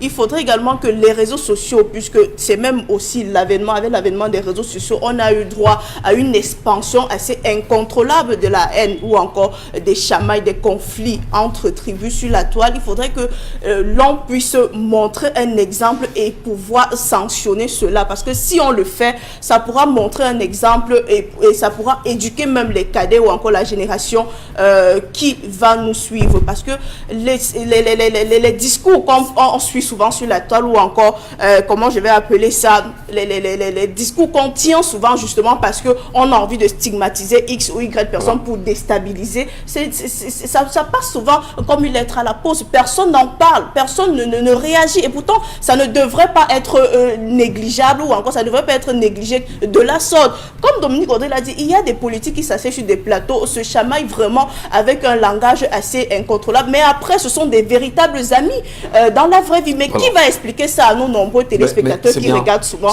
ou encore à ces spectateurs qui suivent souvent le film du film sans toutefois savoir le vrai fondement? C'est bien de le dire justement, mais là il est important aujourd'hui d'apporter des solutions. Donna Brice, hein? On instrumentalise la haine, on encadre et on se fait du beurre, on divise, le peuple lui-même est divisé. Est-ce que ça nous permet de parler d'unité, de réunification, du vivre ensemble, lorsqu'on sait que c'est même le politique qui encadre cette pratique qui est devenue, qui est répandue aujourd'hui? C'est une question intéressante, mon cher Michel. Alors, nous avons pensé qu'il fallait souligner sur la naïveté d'un certain nombre de nos compatriotes, parce que, effectivement, lorsque vous voyez la déferlante qui est aujourd'hui sur les réseaux sociaux, on voit très bien que un certain nombre de nos compatriotes ne comprennent pas les enjeux. Il ne me semble pas que le Camerounais de Niété, dans l'océan, ou Novomeca, dans l'Anvila, ait de l'aversion pour son compatriote de Tokombéré, dans le Mayo-Sava, à l'extrême nord du Cameroun. Non. Encore moins avec son compatriote de Tchang, dans la Ménois. Je prends ces localités par hasard. Non, il se trouve simplement que les élites le pouvoir central a choisi de nous diviser pour mieux régner. Nous avons insisté sur le rôle de l'État parce que il faut toujours revenir à celui qui est le régulateur de la vie sociale, c'est-à-dire l'État. Sa communication est à la fois curieuse et ambiguë. Vous avez été témoin ces dernières années des interventions, des communications bien conçues d'un certain nombre d'acteurs officiels, c'est-à-dire nos représentants, ministres délégués, hauts fonctionnaires, qui, dans des canaux de communication, canaux médiatiques précisément, ont tenu des discours stigmatisants à l'endroit de telle ou de telle communauté, sans être rappelés à l'ordre par les officiels qui sont censés être les garants de la cohésion nationale. On allait plus loin quand même de Brice, parce que, puisqu'on le dit, c'est parce qu'on chercherait à ce qu'au niveau du Cameroun, que chaque Camerounais se sente fier de vivre avec son frère camerounais, sa soeur, son frère, du nord, du sud, de l'est à l'ouest, qu'il n'y ait pas de division. Lorsque l'on sait qu'il y a eu des Camerounais, au lendemain des élections présidentielles de 2018, puisqu'on est en 2021, ça fait 3 ans déjà quand même, qu'il y ait eu des gens qui ont eu des propos assez durs sur certains Camerounais, mais qui ont été encensés, reçus sur les plateaux de télévision camerounais, notamment sur la chaîne publique nationale. Est-ce qu'on n'est pas en droit de se demander si effectivement l'État n'est pas complice de ce jeu qui semble être pernicieux pour chacun? C'est de cela que nous parlons, mon cher Michel. L'État est le régulateur. L'État est censé montrer les preuves d'objectivité et de franc jeu le maximum possible qu'il peut. Et dans ce cas-ci précisément, le rôle de l'État est justement questionnable. Je parlais de la communication des officiels. On peut également rappeler que le Cameroun a depuis, et Dominique Audrey le disait, depuis la fin d'année 2019, le Cameroun a réformer son code pénal qui n'intégrait pas les propos tribalistes et de rejet de l'autre sur le simple fait de ses appartenances religieuses, ethniques ou tribales. Depuis la fin d'année 2019, le Cameroun a incorporé dans son code pénal une disposition qui punit le discours de haine tribale, religieuse et tout ce que vous voulez. Mais il ne semble pas qu'entre 2019 et 2021, alors qu'à l'époque on avait pensé que le pouvoir veut monter d'un cran dans la lutte contre ces discours de haine, on n'a pas, depuis cette année-là, depuis la fin de l'année 2019, entendu qu'un compatriote a été interpellé pour des propos malveillants, dégradants, stigmatisants pour tel ou tel autre compatriote en raison de ses origines tribales. Très bien. Un dernier élément, des informations de plus en plus concordantes font état de ce que, y compris dans le nord-ouest et le sud-ouest, que dans le nord-ouest, par exemple, il y a les départements qui sont connus où nos compatriotes, Boloro par exemple, sont installés, qui sont dressés contre les compatriotes au niveau local pour tenter d'anéantir la crise. Des moyens tordus comme ceux-là sont utilisés dans plusieurs autres localités dans le fait de mettre en difficulté. On a la commission. On va y revenir, je termine rapidement, Michel.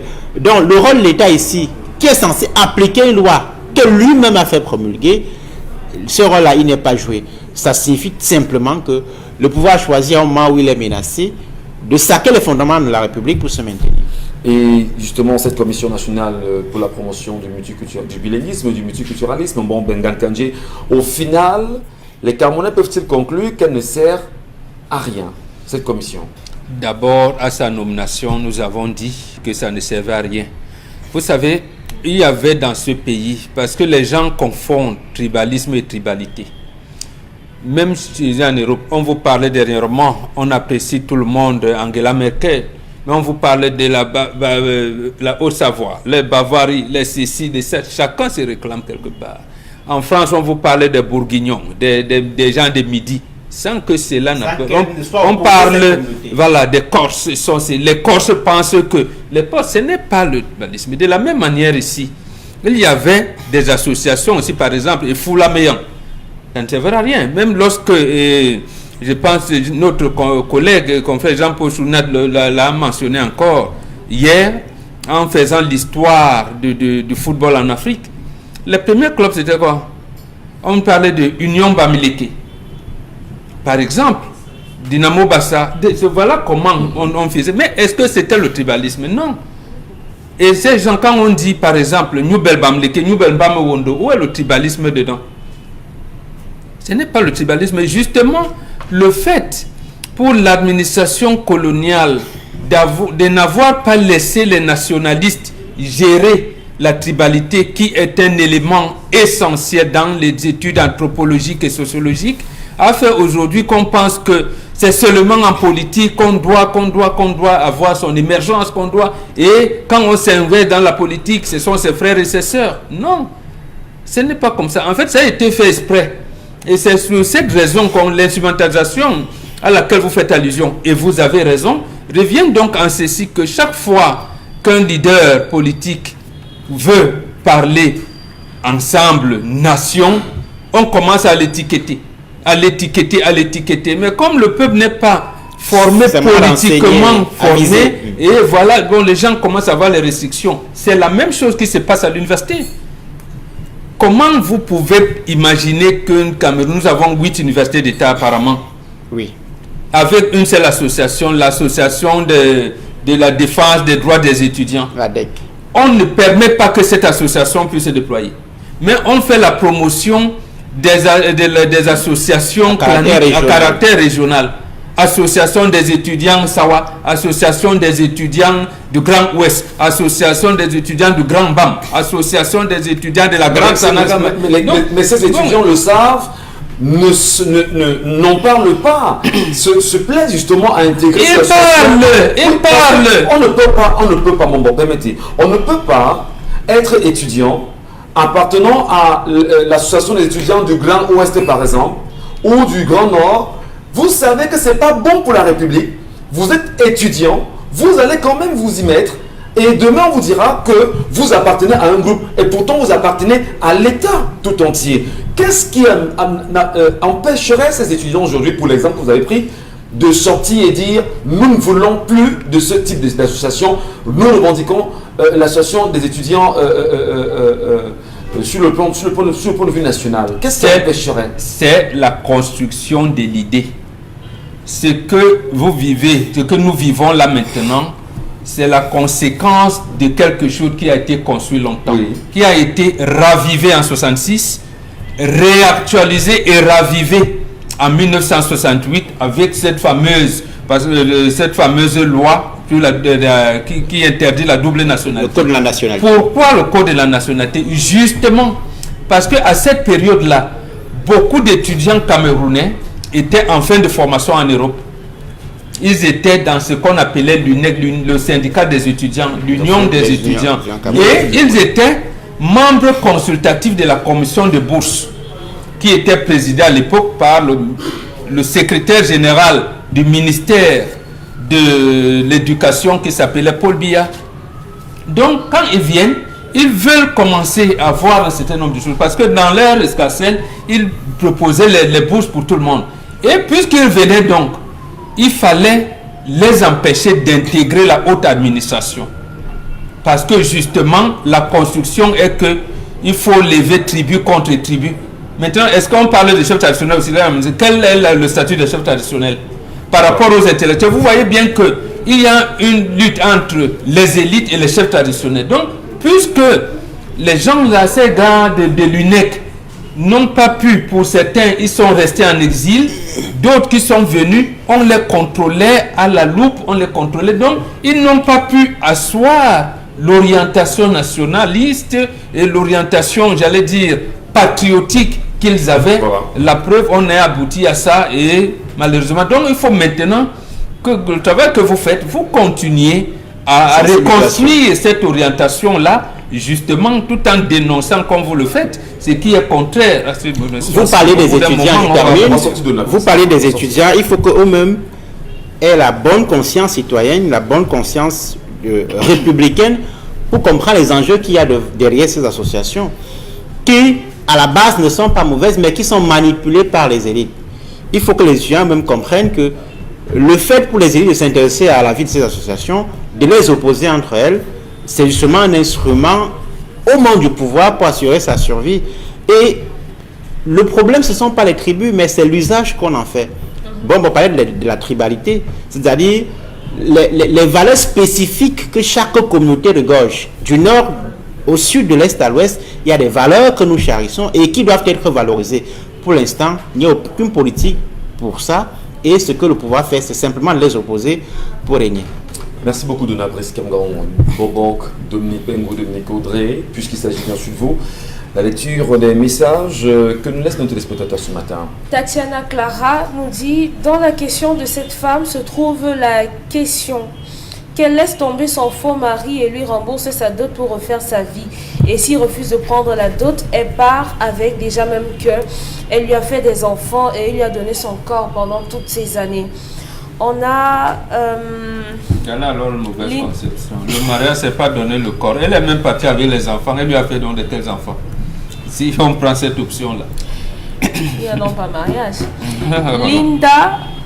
Linda Metiwe, ma chérie, ne nous dérange pas. Tu as supporté pour l'argent. C'est quel genre de mariage ça? Luis Osasu. On ne peut pas perturber l'éducation de ses enfants avec un père qu'on ne voit que 9 semaines sur 52.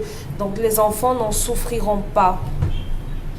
Ciao Liliane, son frère aurait pu lui payer le voyage pour le Ghana au lieu de l'envoyer au Bangladesh. On a MT Chamanta qui estime que le frère n'aurait pas pu payer le voyage pour le Ghana. Si le mari voulait que sa femme le retrouve là-bas, il aurait pu faire venir la dame lui-même et trouve que c'est un grand jongleur qui a une femme au Ghana. On a Tatiana Clara. Je suis sûre qu'à la base, le frère de cette femme n'était pas d'accord pour le mariage. Et comme on ne peut pas conseiller cette fille qui se dit amoureuse, elle s'est entêtée et à la fin... Pardon. Voilà, s'il y avait un verre d'eau. Tous se rendent compte que son frère avait raison. Le Fipangra, c'est mieux. Voilà. On a également des... Ton frère avait raison. Vous détruisez le mariage de votre sœur au lieu de participer à l'harmonie. Bon, est-ce que c'est lui son mari? Mais il n'admet donc pas son mari, mais peut lui payer le voyage, aller ailleurs. Payer l'école à votre sœur, c'est mal parce qu'on a un mari démissionnaire. Ma fille, si ça vous arrive demain ou à votre proche, remettez le conseil de famille. C'est comme ça la gestion des contradictions. On ne gère pas les contradictions par un coup de doigt, par un claquement de soucis. Sauf que ça a pris 10 ans. Mais oui, mais puisque justement pendant 10 ans, ils n'ont pas voulu résoudre le problème. Le frère qui paye peut être un frère qui est gênant. Vous savez qu'il y a des frères qui est gênant. Vous savez qu'il y a dans les familles des gens qui ont beaucoup d'argent. Il est gênant, justement. Il a beaucoup d'argent et il estime que bon, vraiment, ton mariage, là, moi, j'aime pas trop ça, ça nous apporte rien. Et oui, ce gars-là même, il est Ghana, allez, vraiment, prépare-toi, on te fera le Vous avez écouté la chronologie de cette histoire. Alors, oui, maintenant, est-ce que ce qu'on propose ici ne serait pas l'idéal que cette femme, qui a un conseil de famille, que l'on définisse justement... Les termes de son nouveau mariage? Non. De son avenir. Soit elle rencontre le mari, elle va revivre le mari, ou le mari, s'il ne veut plus la femme, il n'a qu'à demander au divorce officiellement et que les familles soient consentantes. Avant que les engagements ne viennent. Compris, Michel. La jeune femme n'est plus au Cameroun, ça fait 2 ans. Et depuis les 2 ans, elle a rencontré quelqu'un avec qui elle veut se marier. Mais donc, Michel dit justement, avant de s'engager à cette relation, on aurait donc dû le faire. Pourquoi son mari a attendu qu'il a attendu d'apprendre qu'elle a rencontré quelqu'un d'autre pour revenir lui dire que maintenant je suis prêt pour qu'on soit ensemble? Donc ça veut dire que si elle attendait 30 ans, il allait rester 30 ans au Ghana. Ça veut dire aussi que Donald Brice l'a dit, la famille est fautive, n'a pas rappelé à l'ordre. On rappelle à l'ordre, même vous, votre enfant. À la maison, vous rappelez à l'ordre votre enfant combien de fois? Voilà, c'est une nation. Et d'un de deux, quand il s'est marié, on savait bien qu'il était à l'extérieur. Et qu'elle devait le suivre l'année qui suivait. Et pourquoi on ne l'a donc pas envoyé? Quand il n'est pas parti, c'est pour ça qu'il a envoyé sa soeur à l'école. À ce moment, la règle voudrait donc que ma fille va ailleurs. Mais comme ton mari ne t'a pas pris, je te donne le billet d'avion, tu vas te débrouiller ailleurs. Va chercher ta vie. Bon, elle a travaillé jusqu'à la terminer ses études. Elle a eu sa licence. Maintenant, elle a une nouvelle vie. Oui. Et puis, rien ne nous garantit que c'est le bonheur assuré dans le nouveau ménage. Rien ne garantit justement à valider sa nouvelle vie. Ce qui arrive, c'est que ces enfants, quand ils vont grandir, maman, papa est où? C'est là où commence le mensonge. Papa vous avez abandonné. Papa vous avez... Ça peut aussi arriver que le nouveau gars ne soit pas du goût du frère également. C'est même pas le frère qui décide. Le capturé par les frères qui aiment leur soeur. Voilà. On va faire une pause. Oui, et Sommen, quand en vérité, si le tribalisme pouvait améliorer la condition de vie du plus petit Camerounais, car moi, l'essentiel est l'amélioration des conditions de vie des citoyens. Il a compris. On a également Bonadame Luther Martin. C'est la politique qui accentue ces clivages tribalo-ethniques pour mieux diviser. Le gouvernement et son clan sont des relais du colon et se croient des seigneurs. On ne va pas mentionner ça. On ne peut pas mentionner ça, monsieur. C'est pas gentil. Voilà, et vous poursuivez, puis on va terminer. Oui, je crois qu'on a terminé. Merci. Merci beaucoup. Restez sur Equinox Télévision, madame. Dans un instant, ce sera la revue des réseaux sociaux. Mais avant la revue des réseaux sociaux, on a bien sûr nos partenaires qui sont là et Constille Amine les accompagne.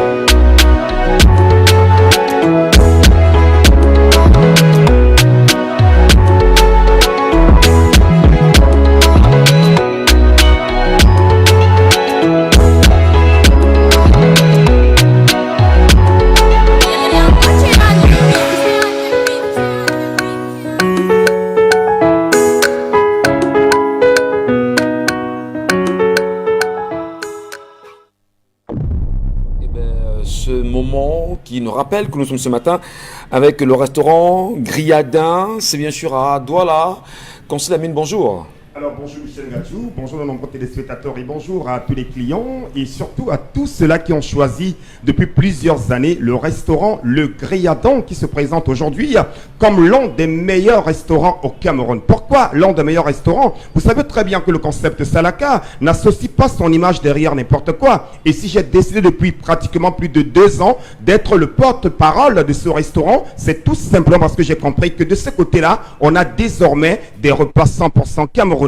On a désormais un cadre de rêve, on a désormais un endroit où on peut se sentir à l'aise de lundi à dimanche, en famille, entre amis, entre collègues et même seul. Et cet endroit, c'est bien entendu le restaurant Le Griadin, pour dire tout simplement le goût de ça avec le restaurant Le Griadin. Michel Ngachou. On doit y comprendre ce matin. Alors, je suis donc là ce matin pour présenter une fois de plus à nos nombreux téléspectateurs ce restaurant de rêve et donner bien sûr la grande actualité du côté bien sûr du restaurant Le Griadin et parler bien sûr des prix des différents buffets au restaurant Le Griadin. Je commencerai déjà par la présentation de ce restaurant, à savoir le restaurant Le Griadin. Il y a des restaurants à Douala, il y a des restaurants au Cameroun, il y a tout d'abord le restaurant Le Griadin qui, je rappelle, est situé en plein cœur de Douala. C'est à Bonapriso au Cameroun, à la rue UTA. Le restaurant Le Griadin est ouvert de lundi à dimanche à partir de 12h. Le restaurant Le Griadin, c'est plus de 350 mètres carrés d'espace aménagé pour sa charmante clientèle. Le restaurant Le Griadin, comme on a pu le constater tout à l'heure à travers ce spot, qui vous sera encore présenté tout à l'heure en fond d'image, c'est un cadre de rêve. Le restaurant Le Griadin, c'est l'endroit où on peut désormais manger les plats camerounais. Ah ben oui, les plats du terroir. Et quand on parle bien sûr des plats camerounais, on parle bien sûr du très bon de lait, du mbongo chobi, du taro à la sauce jaune, des pommes pilées. Tous les repas camerounais, toutes les 10 régions du Cameroun sont représentés tous les jours de lundi à dimanche à partir de 12h du côté bien sûr du restaurant Le Griadin qui, je rappelle, est situé en plein cœur de Douala au quartier Bonapriso à la rue UTA. Et bien entendu donc ce matin je suis là pour l'actualité de la semaine. L'actualité de la semaine, c'est bien entendu la célébration des 2 ans du buffet camerounais au restaurant Le Griadin. Ah ben oui, depuis hier et jusqu'au 18 juin, le restaurant Le Greyardin vous offre 5 jours de célébration du buffet camerounais. 5 jours de bonne humeur, 5 jours de décor, 5 jours de gâteau d'anniversaire au restaurant Le Greyardin. C'est bien entendu pour célébrer les 2 ans du buffet camerounais. C'est l'un des rares restaurants au Cameroun qui a décidé chaque année de célébrer le buffet camerounais, de valoriser les repas camerounais. Alors, chers téléspectateurs, rendez-vous déjà tout à l'heure à partir de 12h,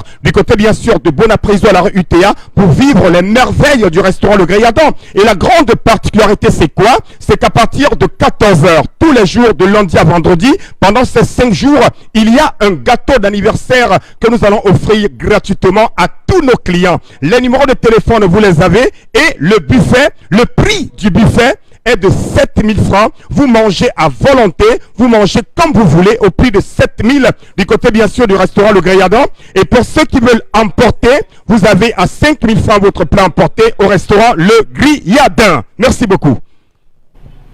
Gars, quand tu stoppes là, il faut stopper.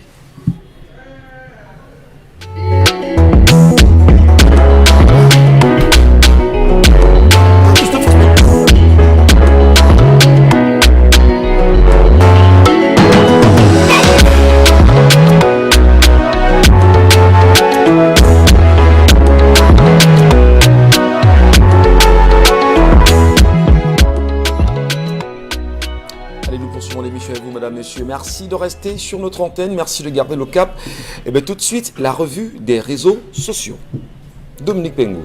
Alors Michel, ouvrons la revue des réseaux sociaux ce matin avec cette descente des membres de la soi-disant brigade anti-Sardina qui se sont introduits hier dans les services de l'ambassade du Cameroun en Belgique située à l'avenue Bruckmann du côté de Bruxelles. L'équipe de combattants accompagnée par des figures un peu connues ne se sont pas gênés et ne se sont pas allés par 4 chemins pour exiger ainsi l'évacuation des Camerounais qui s'y trouvaient déjà, afin de confronter les responsables des lieux sur les différentes tortures que subissent toute la jeunesse opprimée et séquestrée dans notre pays qui est le Cameroun, qui n'a plus le droit de s'indigner, de crier à sa colère face à la misère croissante que la jeunesse subit. Alors on parle notamment du cas ponctuel du jeune Yitembe Bouddha Clémence et de ses camarades qui hier, lors du communiqué rendu public par la Société des plantations du Haut-Pendia, affirme que le jeune en question n'est pas son employé, mais celui de l'un de ses prestataires.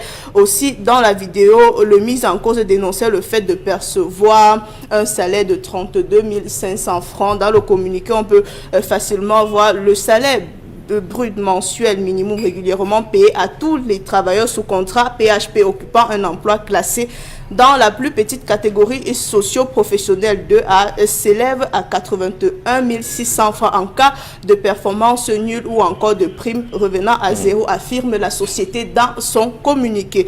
Rappelons maintenant que hier également, ce même 14 juin encore, le jeune homme et ses acolytes sont passés devant le tribunal de première instance du Mungo dans la région du littoral.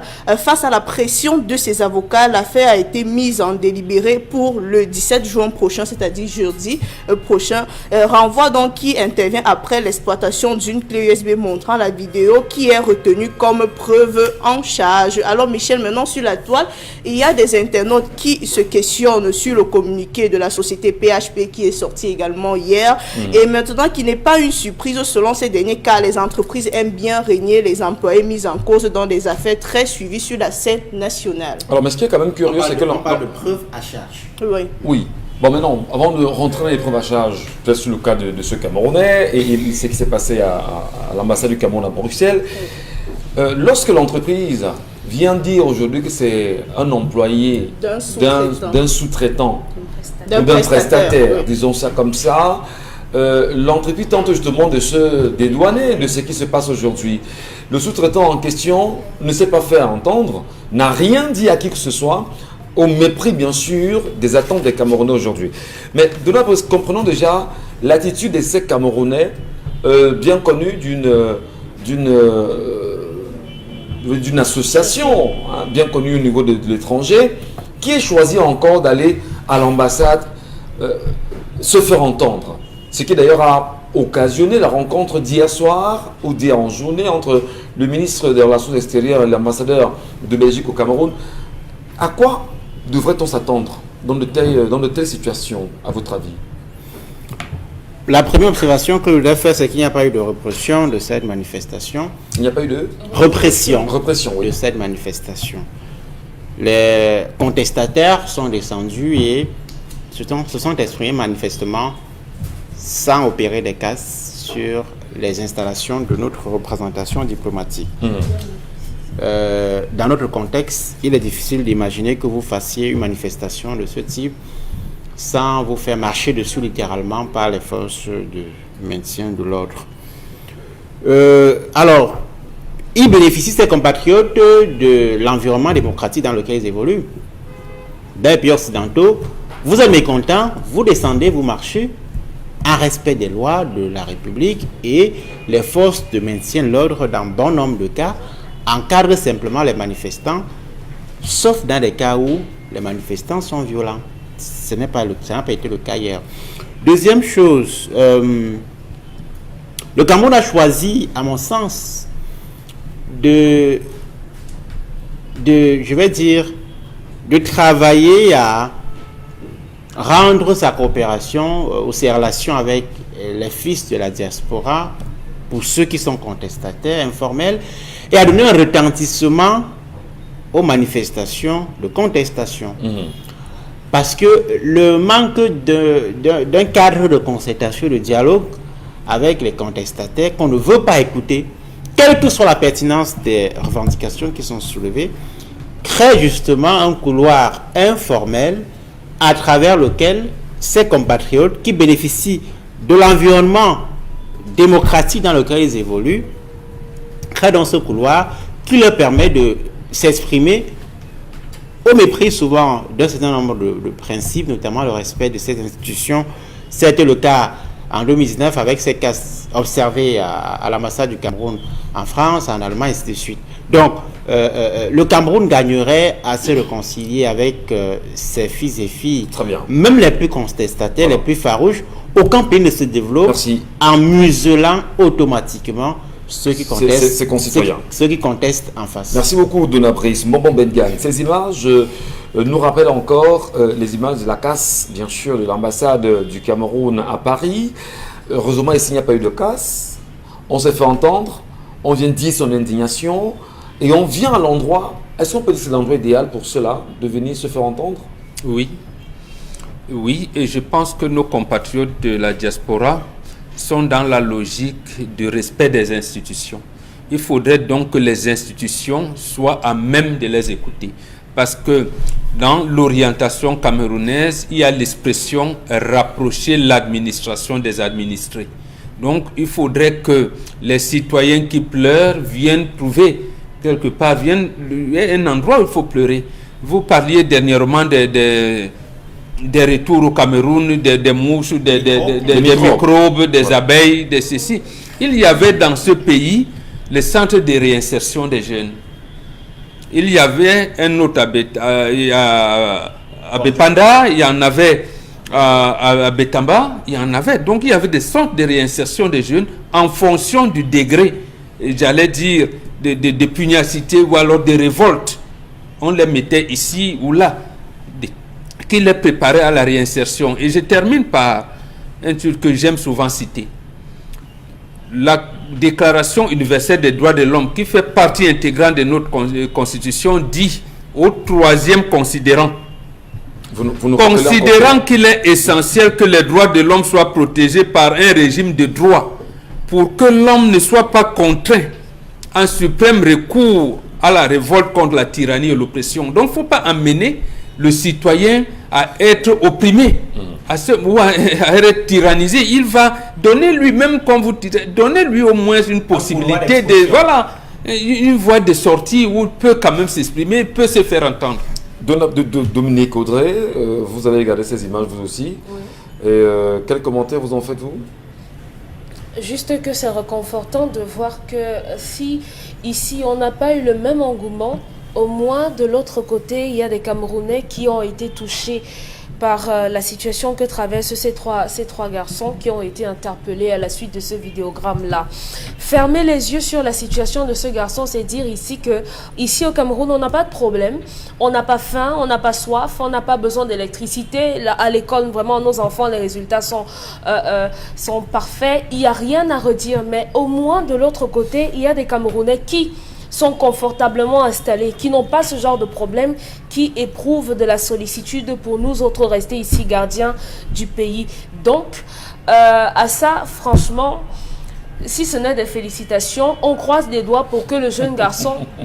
Vous vous moquez? Non, je ne montre pas. Rien n'a été C'est votre cassé. franchise que j'adore. Oui, rien n'a été cassé. Bon, Au moins, on a des Camerounais qui estiment que d'accord, on peut leur faire planter les choux parce qu'ils ont dit, ils ont rappelé à ces membres du gouvernement qu'ils avaient une partie de leur corps. Ils n'auraient pas dû le faire, d'accord. On va les mettre à genoux pour ça. Mais après, est-ce qu'on règle Mais est-ce le que problème le de chef de faim? l'État n'est pas trop puissant devant un enfant comme celui-là pour ce qu'il aurait dit? Hier, Pour ce qu'il alors a qu'on dit. était... Est-ce qu'il n'est pas trop puissant pour l'écraser? Hier, alors qu'on était à la radio, il y a un auditeur qui a appelé en faisant savoir qu'il allait aller à la maison du président là-bas, que le président n'était même pas au courant et qu'il allait s'arranger à ce que le jeune homme soit libéré parce que ce sont des histoires vraiment... C'est tellement futile, Est-ce tellement que- banal oui, quand que... même. Vous Quand qui même. étiez à l'école, j'ai entendu, vous disiez souvent, ventre affamé n'a point d'oreille. Voilà. Donc, il faut, vous dites président puissant, peut-être, mais tout le monde condamne ces Oui. écarts. Nous de sommes langage. d'accord, nous sommes Oui, d'accord. on est Totalement, d'accord. mais Totalement. Il faut intégrer que quel est son niveau. Peut-être il a comme moi le niveau de cours élémentaire première année. Voilà. Et moi j'ai au moins côtoyé mes enfants qui sont allés. Mais lui, il côtoie ceux qui défrichent les bananes. Voilà. Et qui sont...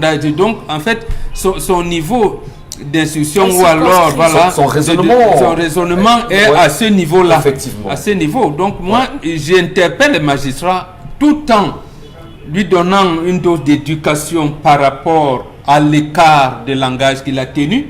Donc il faut ça pouvoir l'intégrer à ce D'accord, moment-là. d'accord. Donc cogner, oui, mais pas très fort. Mais Que ce soit lui la ou que crainte, ce c'est soit que l'on quelqu'un colle d'autre. cet enfant au point de lui dire que tu auras 1 an, ou 2 ans, ou 3 ans, 5 ans de prison. Hein. Ça, le Cameroun, on s'attend à ça. Je demandais bien, est-ce que C'est peut-être là pas donc trop au puissant Cameroun. devant un enfant comme Est-ce que c'est celui-là? Paul Biya qui a Mais c'est porté pas plainte alors? non, les gens Non, portent non, pas la plainte. nomenclature des prisons au Cameroun, même en Banga, on parlait des prisons de production. Voilà. Donc cet enfant, Des il travaux peut donc d'intérêt. amener en prison, même pour 6 mois, on lui apprend, on le redresse, comme on dit, pour une bonne réinsertion Merci. dans Si la on, le société. redresse, si on le redresse aujourd'hui pour ça et qu'on ne règle pas la cause du problème Qu'il a qui l'a posé conduit à fondamentalement. ça, finissez de le redresser. Demain, après, il va vous dire, il va ajouter à ça celui de votre femme, celui de votre fille et tout ce que vous voulez. D'abord, on voit parce ça qu'il tous aura les jours. toujours À faim. tous les braquages, on nous les présente comme les repris de justice. Quelqu'un est sorti de prison, n'a pas fait 6 mois. Il a dit qu'il Voilà. est à l'aise en prison. Aucune Il est plus réinsertion. à l'aise en prison que dehors. Non, Donc, vous merci. voyez On va comment poursuivre. on va... Mais dire également, discuter. avant de passer au deuxième sujet, que lorsqu'on regarde la situation de ce garçon aujourd'hui, de ses frères, hein, Aucune devant menace. le chef de l'État, la première autorité de ce pays, premier citoyen quand même, Monsieur Paul Biya, vous êtes trop puissant pour que cet enfant soit écrasé comme c'est le cas. Il faut effectivement qu'il y ait une sanction pour que cela ne se répète plus dans les jours à venir. Mais est-ce que ce ne sera pas l'occasion pour certains politiciens de s'en servir et d'en faire un appât pour pouvoir détruire littéralement la vie de cet enfant aujourd'hui? Mais ce qui est important à dire, c'est que les Camerounais, vraiment dans leur globalité, devraient ouvrir les yeux sur le procès de ce petit garçon. Quoi qu'il en soit, il est Camerounais comme vous et moi, et il faut qu'on reste très vigilant pour voir l'issue de ce procès qui est renvoyé au 17 juin. jeudi. Voilà. Il faut dire que au plan de la procédure, parce que les gens aiment parler du respect des lois, il faut toujours rappeler la loi. Ce monsieur a été arrêté, menotté et affiché sur la toile. Oui. C'est une violation de ses droits. Absolument. La procédure ne prévoit pas cela. C'est une volonté. Les avocats qui sont très compétents pour le démontrer. C'est une volonté de l'humilier. Et ça, ce sont ses droits qui sont violés. Et puis, il y a les problèmes de fond qui sont posés. C'est un monsieur qui criait sa colère avec les mots qui sont complètement déplacés, on en convient et on condamne. Mais il ne faut pas étouffer les problèmes de fond qui sont posés. Les conditions de travail au quotidien. Il parle de 32 000 entreprises à démentir, d'accord, mais il y a des entreprises qui sont reconnues pour des conditions de travail extrêmement rudes, notamment dans ces secteurs d'activité, où les gens touchent parfois 25 000 francs CFA. Je ne dis pas que c'est le cas pour lui, mais ça pose la question de fond du sous-emploi, du chômage et de l'inhumanisation qu'il y a dans les entreprises au Cameroun. Merci et beaucoup, puis, les problèmes de gouvernance. C'est important. N'oublions pas qu'il dénonçait les gestion détournements de de fonds 180 publics milliards. dans le cadre de la gestion des fonds liés à la lutte contre le Covid-19. Merci beaucoup, Et ça, ce sont Donald. des questions qui devraient pouvoir interpeller le chef de l'État au nom de qui on a interpellé ce monsieur. On Je restera très rappelle qu'il n'y a vigilant. pas eu de plainte. Contrairement à ce que vous indiquez, il n'y a pas eu de plainte. Donc il n'y a pas de partie civile dans cette affaire. C'est le procureur qui a Tu as décidé. choisi délibérément. Oui, oui, mais il a là le Il en a le droit. Il a ce droit. Il a ce droit. Voilà. Voilà, mais seulement, nous croyons, comme on l'a très bien dit, qu'il y aura d'autres mesures à ça. Parce que la crainte, c'est que ce gars se retrouve dans une cellule infecte ou des prisons infectes de notre pays et que l'on fasse de ce garçon bouché. Vous savez, en fait, ce que nous craignons. Et c'est ce qui va forcément interpeller Pourquoi je veux dire, on ne fait pas de boucher Bomok interpelle l'autosaisie de ces procureurs tous les jours ici avec les histoires qu'on rencontre. Pourquoi ils ne s'en autosaisissent pas? C'est une petite, Ça, c'est pas toute une la petite question. insulte, mais c'est un jeune garçon comme ça, insignifiant, qui peut même pas tuer une mouche, qui est affamé en plus. C'est une question qui va- intéressante. Qui Elle est va changer Voilà. quoi? Voilà, merci beaucoup de Dominique. Dominique Pengou, autre sujet ce matin. Alors, deuxième sujet ce matin, les présumés responsables du cambriolage de la Direction générale des impôts aux arrêts. Ils ont été présentés hier matin par les éléments de la gendarmerie nationale. Rappelons qu'il y a quelques jours, 11 étages de la Direction générale des impôts avaient été cambriolés et saccagés. Alors, dans ce cambriolage en cascade qui intervient en plein contexte de ce qu'on appelle le Covid-gate au Cameroun, comme quoi et des enquêtes peuvent être abouties ou encore peuvent être en cours d'aboutissement au Cameroun, Michel. Je voudrais simplement, avant on fait le rapport sur ces images que nous avons ce matin à l'antenne, dire qu'il y a 24 administrations camerounaises qui sont concernées par l'affaire Covid-Gate. Et au moment où nous parlons d'un rapport partiel qui a été restitué par la Chambre des comptes. En attendant le rapport complet, parce que là, on attend justement cela. Mais il y a quand même des noms des pontes du régime qui sont cités et qui, pour le moment, bénéficieraient de ce qu'on appelle la présomption d'innocence. Voilà des enfants dont on n'a pas encore rendu un verdict sur leur cas, mais qui sont affichés au vu et au su du monde entier, qui sont humiliés en réalité. Qu'est-ce qu'on fait de leurs droits concrètement? Quitte à ce qu'ils soient passés justement aux aveux. Il a oublié son téléphone. Puis chez vous, mais quoi? Ils ont avoué.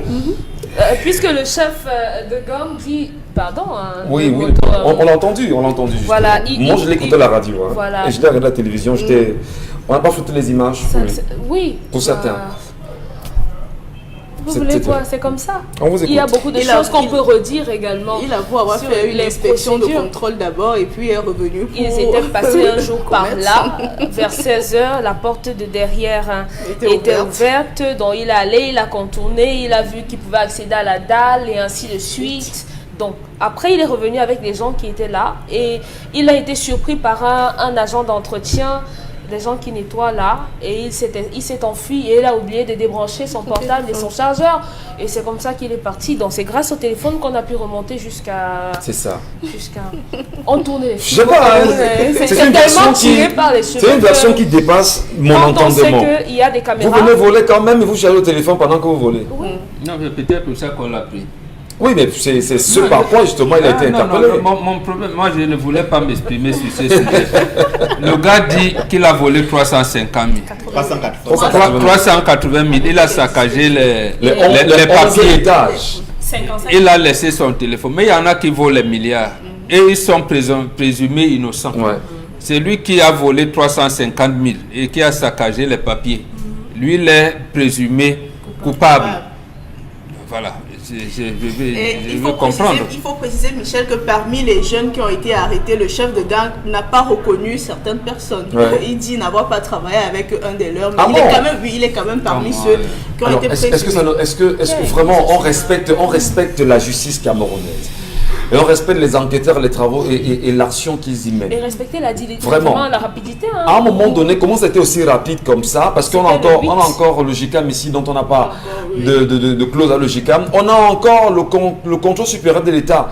conseils justement qui étaient saccagés. On n'en sait Ils ont rien. volé pendant 4 Il y a une ans, espèce de Michel. contamination. Vous savez que depuis l'année dernière, le GICAM, la Direction générale des impôts, ont des problèmes là. Oui, mais c'est pas pour autant. Je ne sais Pourquoi pas. est-ce que- Les enquêteurs vont nous dire. Ils ont volé pendant 4 heures de temps sans Ouais. être interrompus. Eh ben, quand ils étaient De 1 heure à dans ce 5h30. bâtiment, ils n'ont pris que deux Quelques disques durs. deux disques externes. durs. Oui, mais la direction, Et on va garder l'argent à la banque, non? Ouais. Et dans le coffre-fort. S'il n'a pas le mot de part de coffre-fort, on va faire comment? Avec le respect qu'on doit encore à l'enquête de la Brice, ça ne ressemble pas à une histoire une histoire montée de toutes pièces. Vous insistez sur le temps mis par ces cambrioleurs, c'est ça qui m'a impressionné. De 1h30 à 5h30, 1h30, 2h30, 3h30, 4h30, 5h30, vous êtes en train de braquer. Et son téléphone n'était pas chargé. Hein, Un immeuble qui a 11 niveaux. Le communiqué officiel publié par M. Luc Motassé, le ministre des Finances, nous dit que presque tous les 11 niveaux ont été cambriolés. Presque tous les 11, premier niveau, deuxième, troisième, quatrième, presque 11 niveaux cambriolés en 4 heures de temps pour la DGI, pour cet immeuble flambant neuf, qui nous a coûté 22 milliards de francs, inauguré en fin d'année 2020. Incroyable. C'était même pas un système de sécurité. Il y en a. Il y en a. Eneo avait On dit bien. Si Eneo avait coupé, il ne serait pas en train de charger Voilà. son téléphone. C'est- Donc voilà. Donc, ça veut c'est- dire que c'est pas C'est surréaliste. Non, mais sincèrement, nous voulons le dire sur ce plateau. Même si on a eu cette liberté de ton, on respecte d'abord les enquêteurs, on respecte le travail qu'ils ont fait. Ça veut pas on dire qu'on respecte les la respecte justice pas, camerounaise. on dit. Mais il faut dire honnêtement que c'est pas cohérent. Non, remettre des Franchement, choses en question, c'est pas un manque de respect. Non, il faut le dire que c'est pas cohérent. Ça ne marche pas. Ça ne cadre pas. Parce que la crainte, c'est quoi? Beaucoup vous diront, d'ailleurs, on a lu plein de Camerounais hier qui disent ben, c'est comme ça qu'on prend les gars dans les prisons, on les monte et ils viennent justement en monde de vision dire ce qu'ils ont fait. Alors que les vrais commanditaires sont derrière, qu'on ne présentera jamais. Sincèrement, donc c'est assez tiré les cheveux quand même. C'est ça, c'est pas la justice qu'il faut interpeller, c'est le politique. Le politique. Allez, Dominique, rapidement, qu'est-ce qu'on Le dernier sujet ce matin, Michel Gatou, alors qu'on croyait le budget déjà bouclé et le financement définitif engagé depuis des mois, l'on apprend que le Trésor public va de nouveau débloquer 44 milliards de francs CFA pour l'organisation de la CAN 2021. L'info est contenue dans une lettre datée du 27 mai 2021 du ministre de l'économie et de la planification et de l'aménagement du territoire. Dans cette répartition, le montant le plus important revient au ministère de l'Habitat et du Développement urbain de Célestine Ketcha-Koutes qui s'en sort avec 34 milliards. Il va s'en suivre le ministère des Sports de Narcisse Moelle Kombi qui reçoit 4 milliards de francs CFA. Puis le ministère du Tourisme avec 3 milliards et au bas de l'échelle, on a le ministère de la Communication, le ministère de la Santé publique et le ministère des Postes et Télécommunications qui recevront chacun 1 milliard de francs CFA. Voilà maintenant sur quelle base le partage a-t-il été fait. Les raisons du surplus d'argent débloqué. L'affaire justement de Covid qui n'étant même pas encore compris, encore un autre budget fait face au Cameroun. Et quand on sait bien sûr que ceci vient du Trésor national, c'est à se poser des questions. Eh ben, on n'en parlera pas. Regardons voir, attendons justement la suite. Observons la scène. Merci pour l'information en même temps. Ben, le partage pose justement un problème. 4 milliards pour le ministère des Sports et de l'Éducation physique. L'accent a été mis sur les infrastructures avec le ministère de l'Habitat justement, du développement urbain avec Cécile Koutes-Ketcha. Ben, on parle aussi du tourisme. Hein. On est en juin 2021 et c'est en janvier 2022. Je ne sais pas, il y a une affaire d'abord de clip là, de la chanson de Lim Lacan qui fait problème aujourd'hui. On ne vend aucune destination camerounaise. On ne connaît même pas si on a des plages. Bon, pas des plages, c'est pas des plages bleues au Cameroun. En même temps, on en parlera, nous restons vigilants. Consti Lamine, à nouveau avec nous et on passe ce matin de Sorepco. Consti. Oui, bien entendu, Michel Gatou. restons toujours avec les partenaires majeurs du concept Salaka. Après donc la communication très brillante et très appréciée du restaurant Le Griadan, qui est l'un des partenaires du concept Salaka. Le concept Salaka s'installe à nouveau, bien entendu avec les magasins Sorebco pour assurer une très bonne transition. C'est très important dans la communication. Il faut les rappeler à nos téléspectateurs que le concept Salaka, c'est ce concept-là qui assure la communication des grands partenaires. Et parmi ces partenaires, vous avez la société Sorebco. Ah ben oui, Sorebco et rien que Sorebco. Après donc la grande promotion sur les congélateurs, les réfrigérateurs Parma, ce mardi matin, nous commençons avec bien entendu un autre produit encore plus alléchant, accompagné de plusieurs cadeaux. C'est bien entendu la gamme des peintures Seigneurie qui est en pleine promotion dans toutes les quincailleries Sorebco du Cameroun. Et l'événement commercial de ces peintures Seigneurie est bien entendu, vous achetez 2 pots de peinture Seigneurie, vous recevez un 3e pot de 30 kg gratuitement. Et le pot qu'on vous donne, c'est le pot de peinture Eureka qui fait partir de la grande gamme des peintures PPG Cameroun qui est la société qui produit les peintures Seigneurie. Donc c'est l'occasion déjà pour moi d'attirer l'attention de tous ceux-là qui veulent revertir leur maison, d'attirer l'attention de tous ceux-là qui veulent embellir leurs barrières, d'attirer l'attention de tous ceux qui veulent embellir les bureaux, que vous avez enfin une fois de plus, la promotion des peintures Seigneurie dans les quincailleries Sorebco. Oui, la société Sorebco vous permet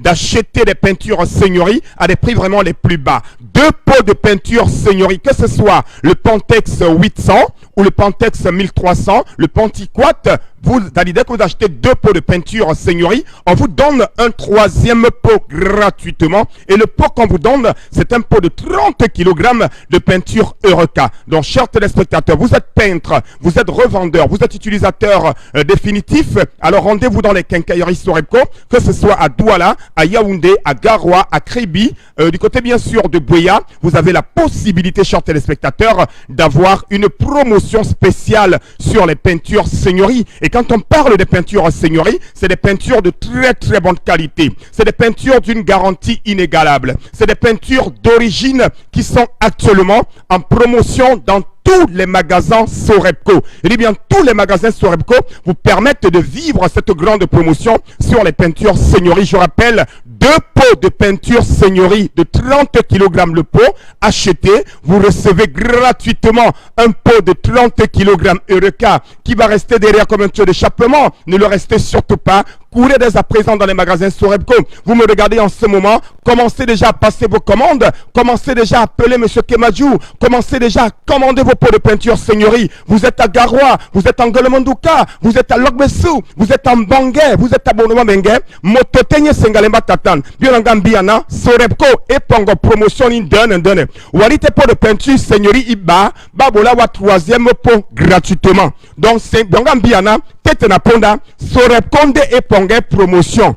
Sorebconde abolana mototen. Avec les peintures Seigneurie Yabouam. Donc, allant de Tatan au magasin Sorebco.